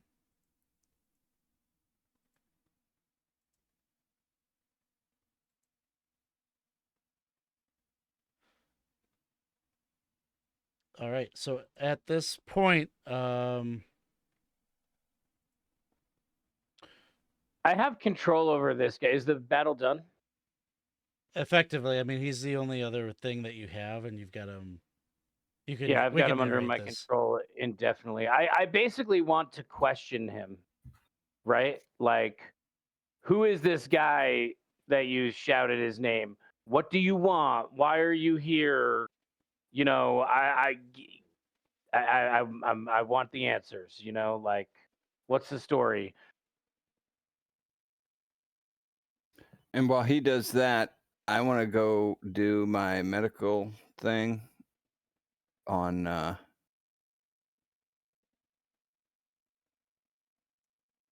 wait, did I already do that to Jenna's character? Did I No, already you do did it that? to me. You did it to me. So. Well, but Oh, But you I did it to healed her too. True. Yeah, Yeah. you tried on both of us. True. Oh, I didn't realize. Mm-hmm. Yeah, I gave you 2 points back or whatever. Well, in that case, I'm going to go run and try to find one of these healers that is going on. I'm going to you start yelling for someone to come and help. Because otherwise Yeah. we're dead. I was gonna say, you guys, it's a race to roll a 1 before you roll 2 dice rolls between 11 and 19. or a 20. Do I have So, anything? Loyal, I don't you're gonna have try a anything. Medicus first. I already did it to her today. Oh, you did. Oh, I see. I did it to both of them Got today. it. Oh, Got that's it. Got already. it. I was thinking it was like as a fail-safe. Okay. So it's not going to be a problem. Reg, you're going to be able to find one of the medics. There are a few people that are roaming around, and so you'll I'll be find. cussing at them for no reason. I'll just start cussing at them, telling them to hurry up. So they might get a little frazzled. Sorry. No, they'll come over and apply some. They'll stabilize you essentially, Gretel. And And Val as well. yeah, and Val, you guys are at no risk of dying. Okay. As for the bend will on this individual, I have to kind of think about that for a second. Yeah, I'm not sure if that's overstepping the bounds of the. Yeah, and with that being the case, I'll move down as protection. You know, if he breaks out of this or whatever, I don't want Gnosis to have to fight him. So I get injured. There's almost no way for him to break it.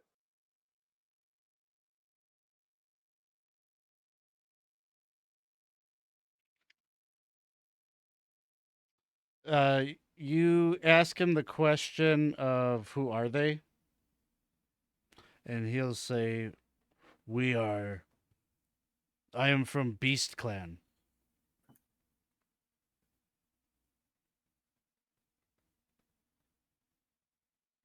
And why are you here? Who is Holloran?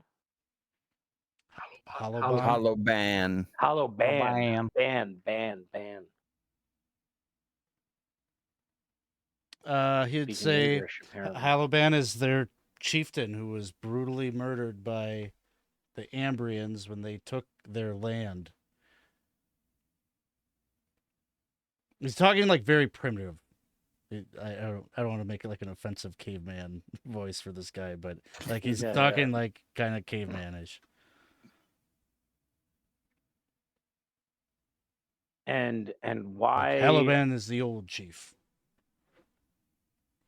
and why are you attacking now?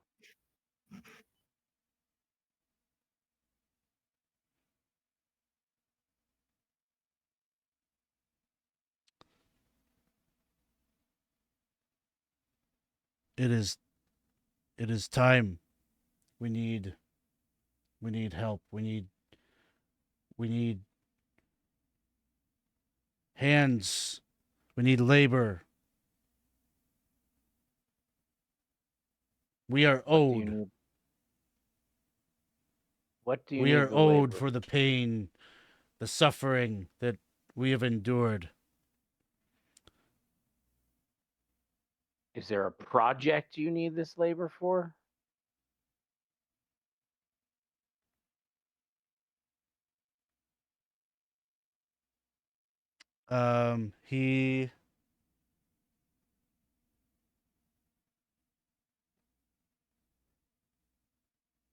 He'll say yes. He'll say their current leader needs them. Sorry, I'm not like super prepared for this type of conversation, unfortunately. You're good. So if you want, I can like write you up. So I can have a summary of like your conversation with them. Yeah. It's just basically, just the typical kind of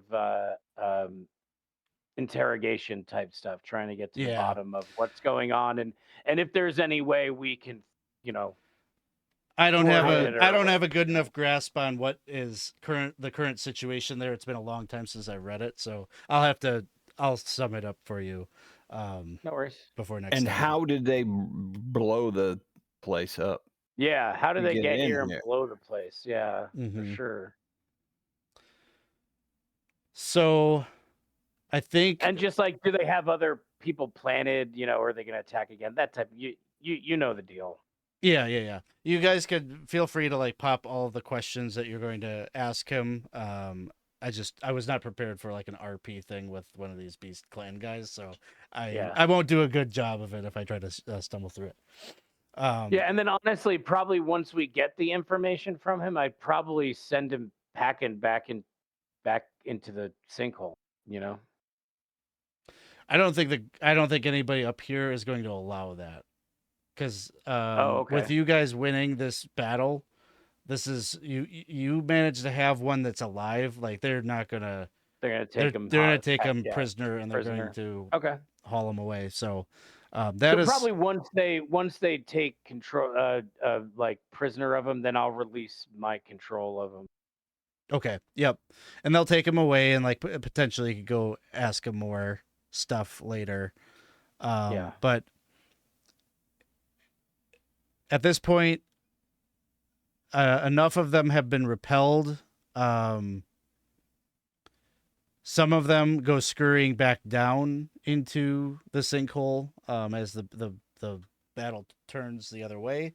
And what's going to end up happening is the guards are going to take control of this area and create a pretty regulated barrier. No one's going to be allowed to go close to this sinkhole without the approval of Mayor Nightpitch.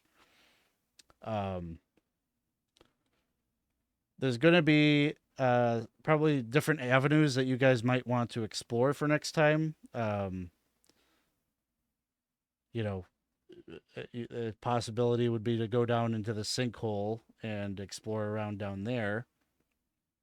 Because you probably are not going to get a super satisfying answer from the Beast Clan member that you have with you as to what they are doing or up to down there, because I don't think I'll have to reread everything, but I don't think he's going to know the whole scheme. He's basically going to impress upon you that there is someone with greater authority than him that they take the orders from that does maybe the thinking and such. You did probably note that the Ordo Magica member is interested in going down there, so if you were looking to do that and need some help kind of greasing the wheels of bureaucracy to allow you to go down and investigate that, that's a possibility. Although, you know, Val has some amount of rapport with Mayor Nightpitch. You could maybe try to go and talk to him directly. Maybe you're not interested in any of these things and you want to go off and talk to the, I don't know, like whatever you want to do. It becomes pretty open-ended from here, so you'll just have to let me know what you're hoping to go and do in the next session so that I can be ready for it, because this is very unwieldy at this point. You could go any number of places. I'll start by saying that without really explaining why, but Val is pretty dead set on going down there. I think that Gnosis, in his just curiosity, is also sort of wanting to as well. But I'll say this: I think Everybody almost died, so there's a little bit of trepidation there, right? And we've got to get everybody right, and maybe gear up or something. Well, I think Reg would push the inclusion of the clans that had come out and tried to warn about this. Maybe see if we could get a bit of a, after this event happening, maybe get maybe not necessarily backup, but maybe Info. them allowed into town a bit quicker so that we could gain some insight before moving forward into the pit. Loyal. I don't know that they're ever going to let them into town, but try to work with them at least. She would definitely try to maybe now that this has happened. It Loyal is very... just to bookend that. It's probably more difficult now because the people that are just killed are all barbarian. Are barbarians, yeah. But it ultimately lies with Mayor Night Pitch. So Mhm. if at some point you want to try to make that happen, you kind of know who you need to convince. Mhm. And Loyal is very concerned with where we're going to be sleeping tonight. 'Cause the tavern we were supposed to stay in blew up. Fortunately, there are no shortage of inns and taverns in Okay. so you could go Alright, to the opposite end of town, far away from it. Yeah. good. This I one mean, and all won't these stink, hopefully. all these buildings are all vacant, so we're good for the night. Yeah, you could be a squatter in a pile of rubble if you want. I'm gonna close this as we walk towards the different inn that we're gonna sleep in. Val is gonna point at the road that you're walking and ask you, "Do you know what's the name of this road?" Mm-hmm. This road is called Halloban's Ring. And say, "We face the Jezora, or the dead of Jezora, or whatever the heck they wear, but they should not be come out of the earth."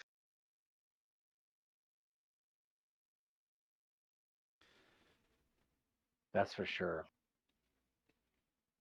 So That is for Jezora? Mm-hmm.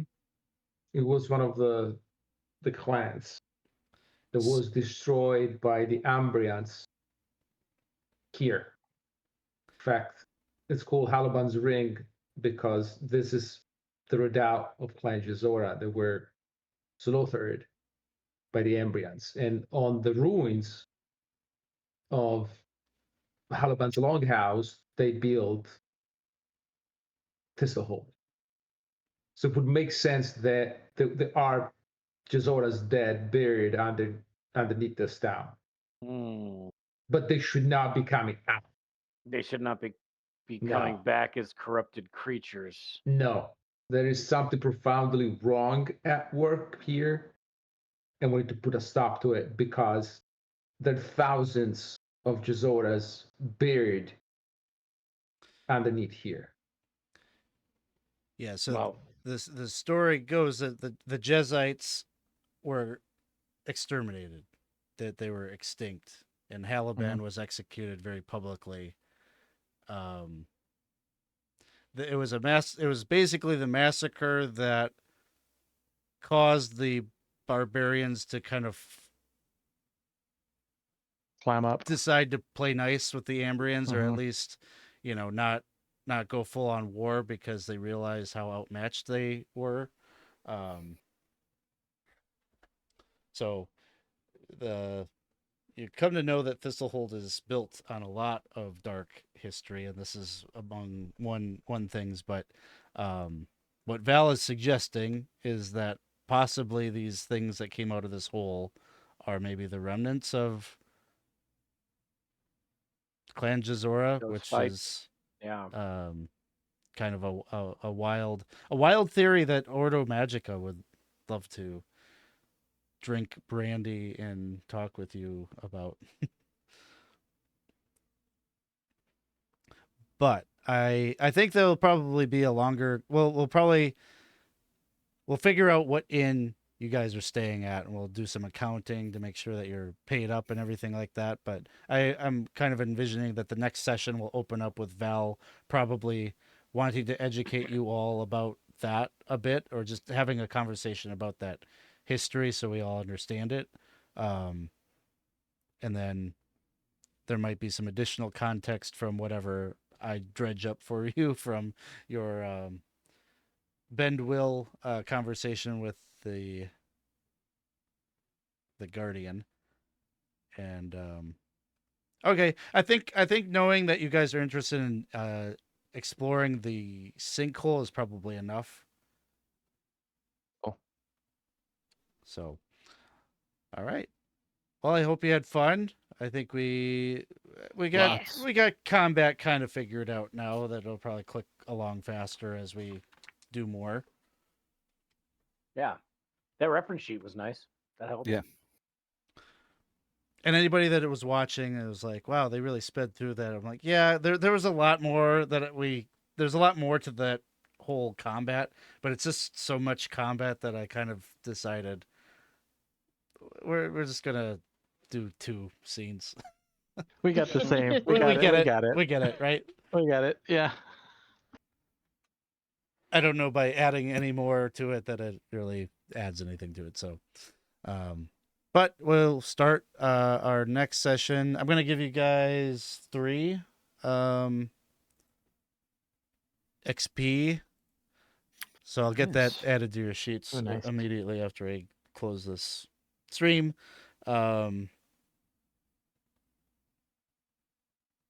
What else? Nothing else. That's it. We're gonna say good night, and yeah, we'll be back to our regular schedule then in 2 weeks. So, all right, we'll see you all. Yeah, thanks for hanging out. night. I appreciate thank that. you Yes, for thank you. coming by and Hello. chatting. I guess I should say, because I don't know, you might not be in our Discord server, but please feel free to jump in and join that. We're often in there hanging out. We've got an LFG channel if you want to play in games with us. Just a great group of people to talk tabletop games. So would love to have you in there. All right. We will see you all soon. Bye-bye. See you. See you. We lived. We lived. We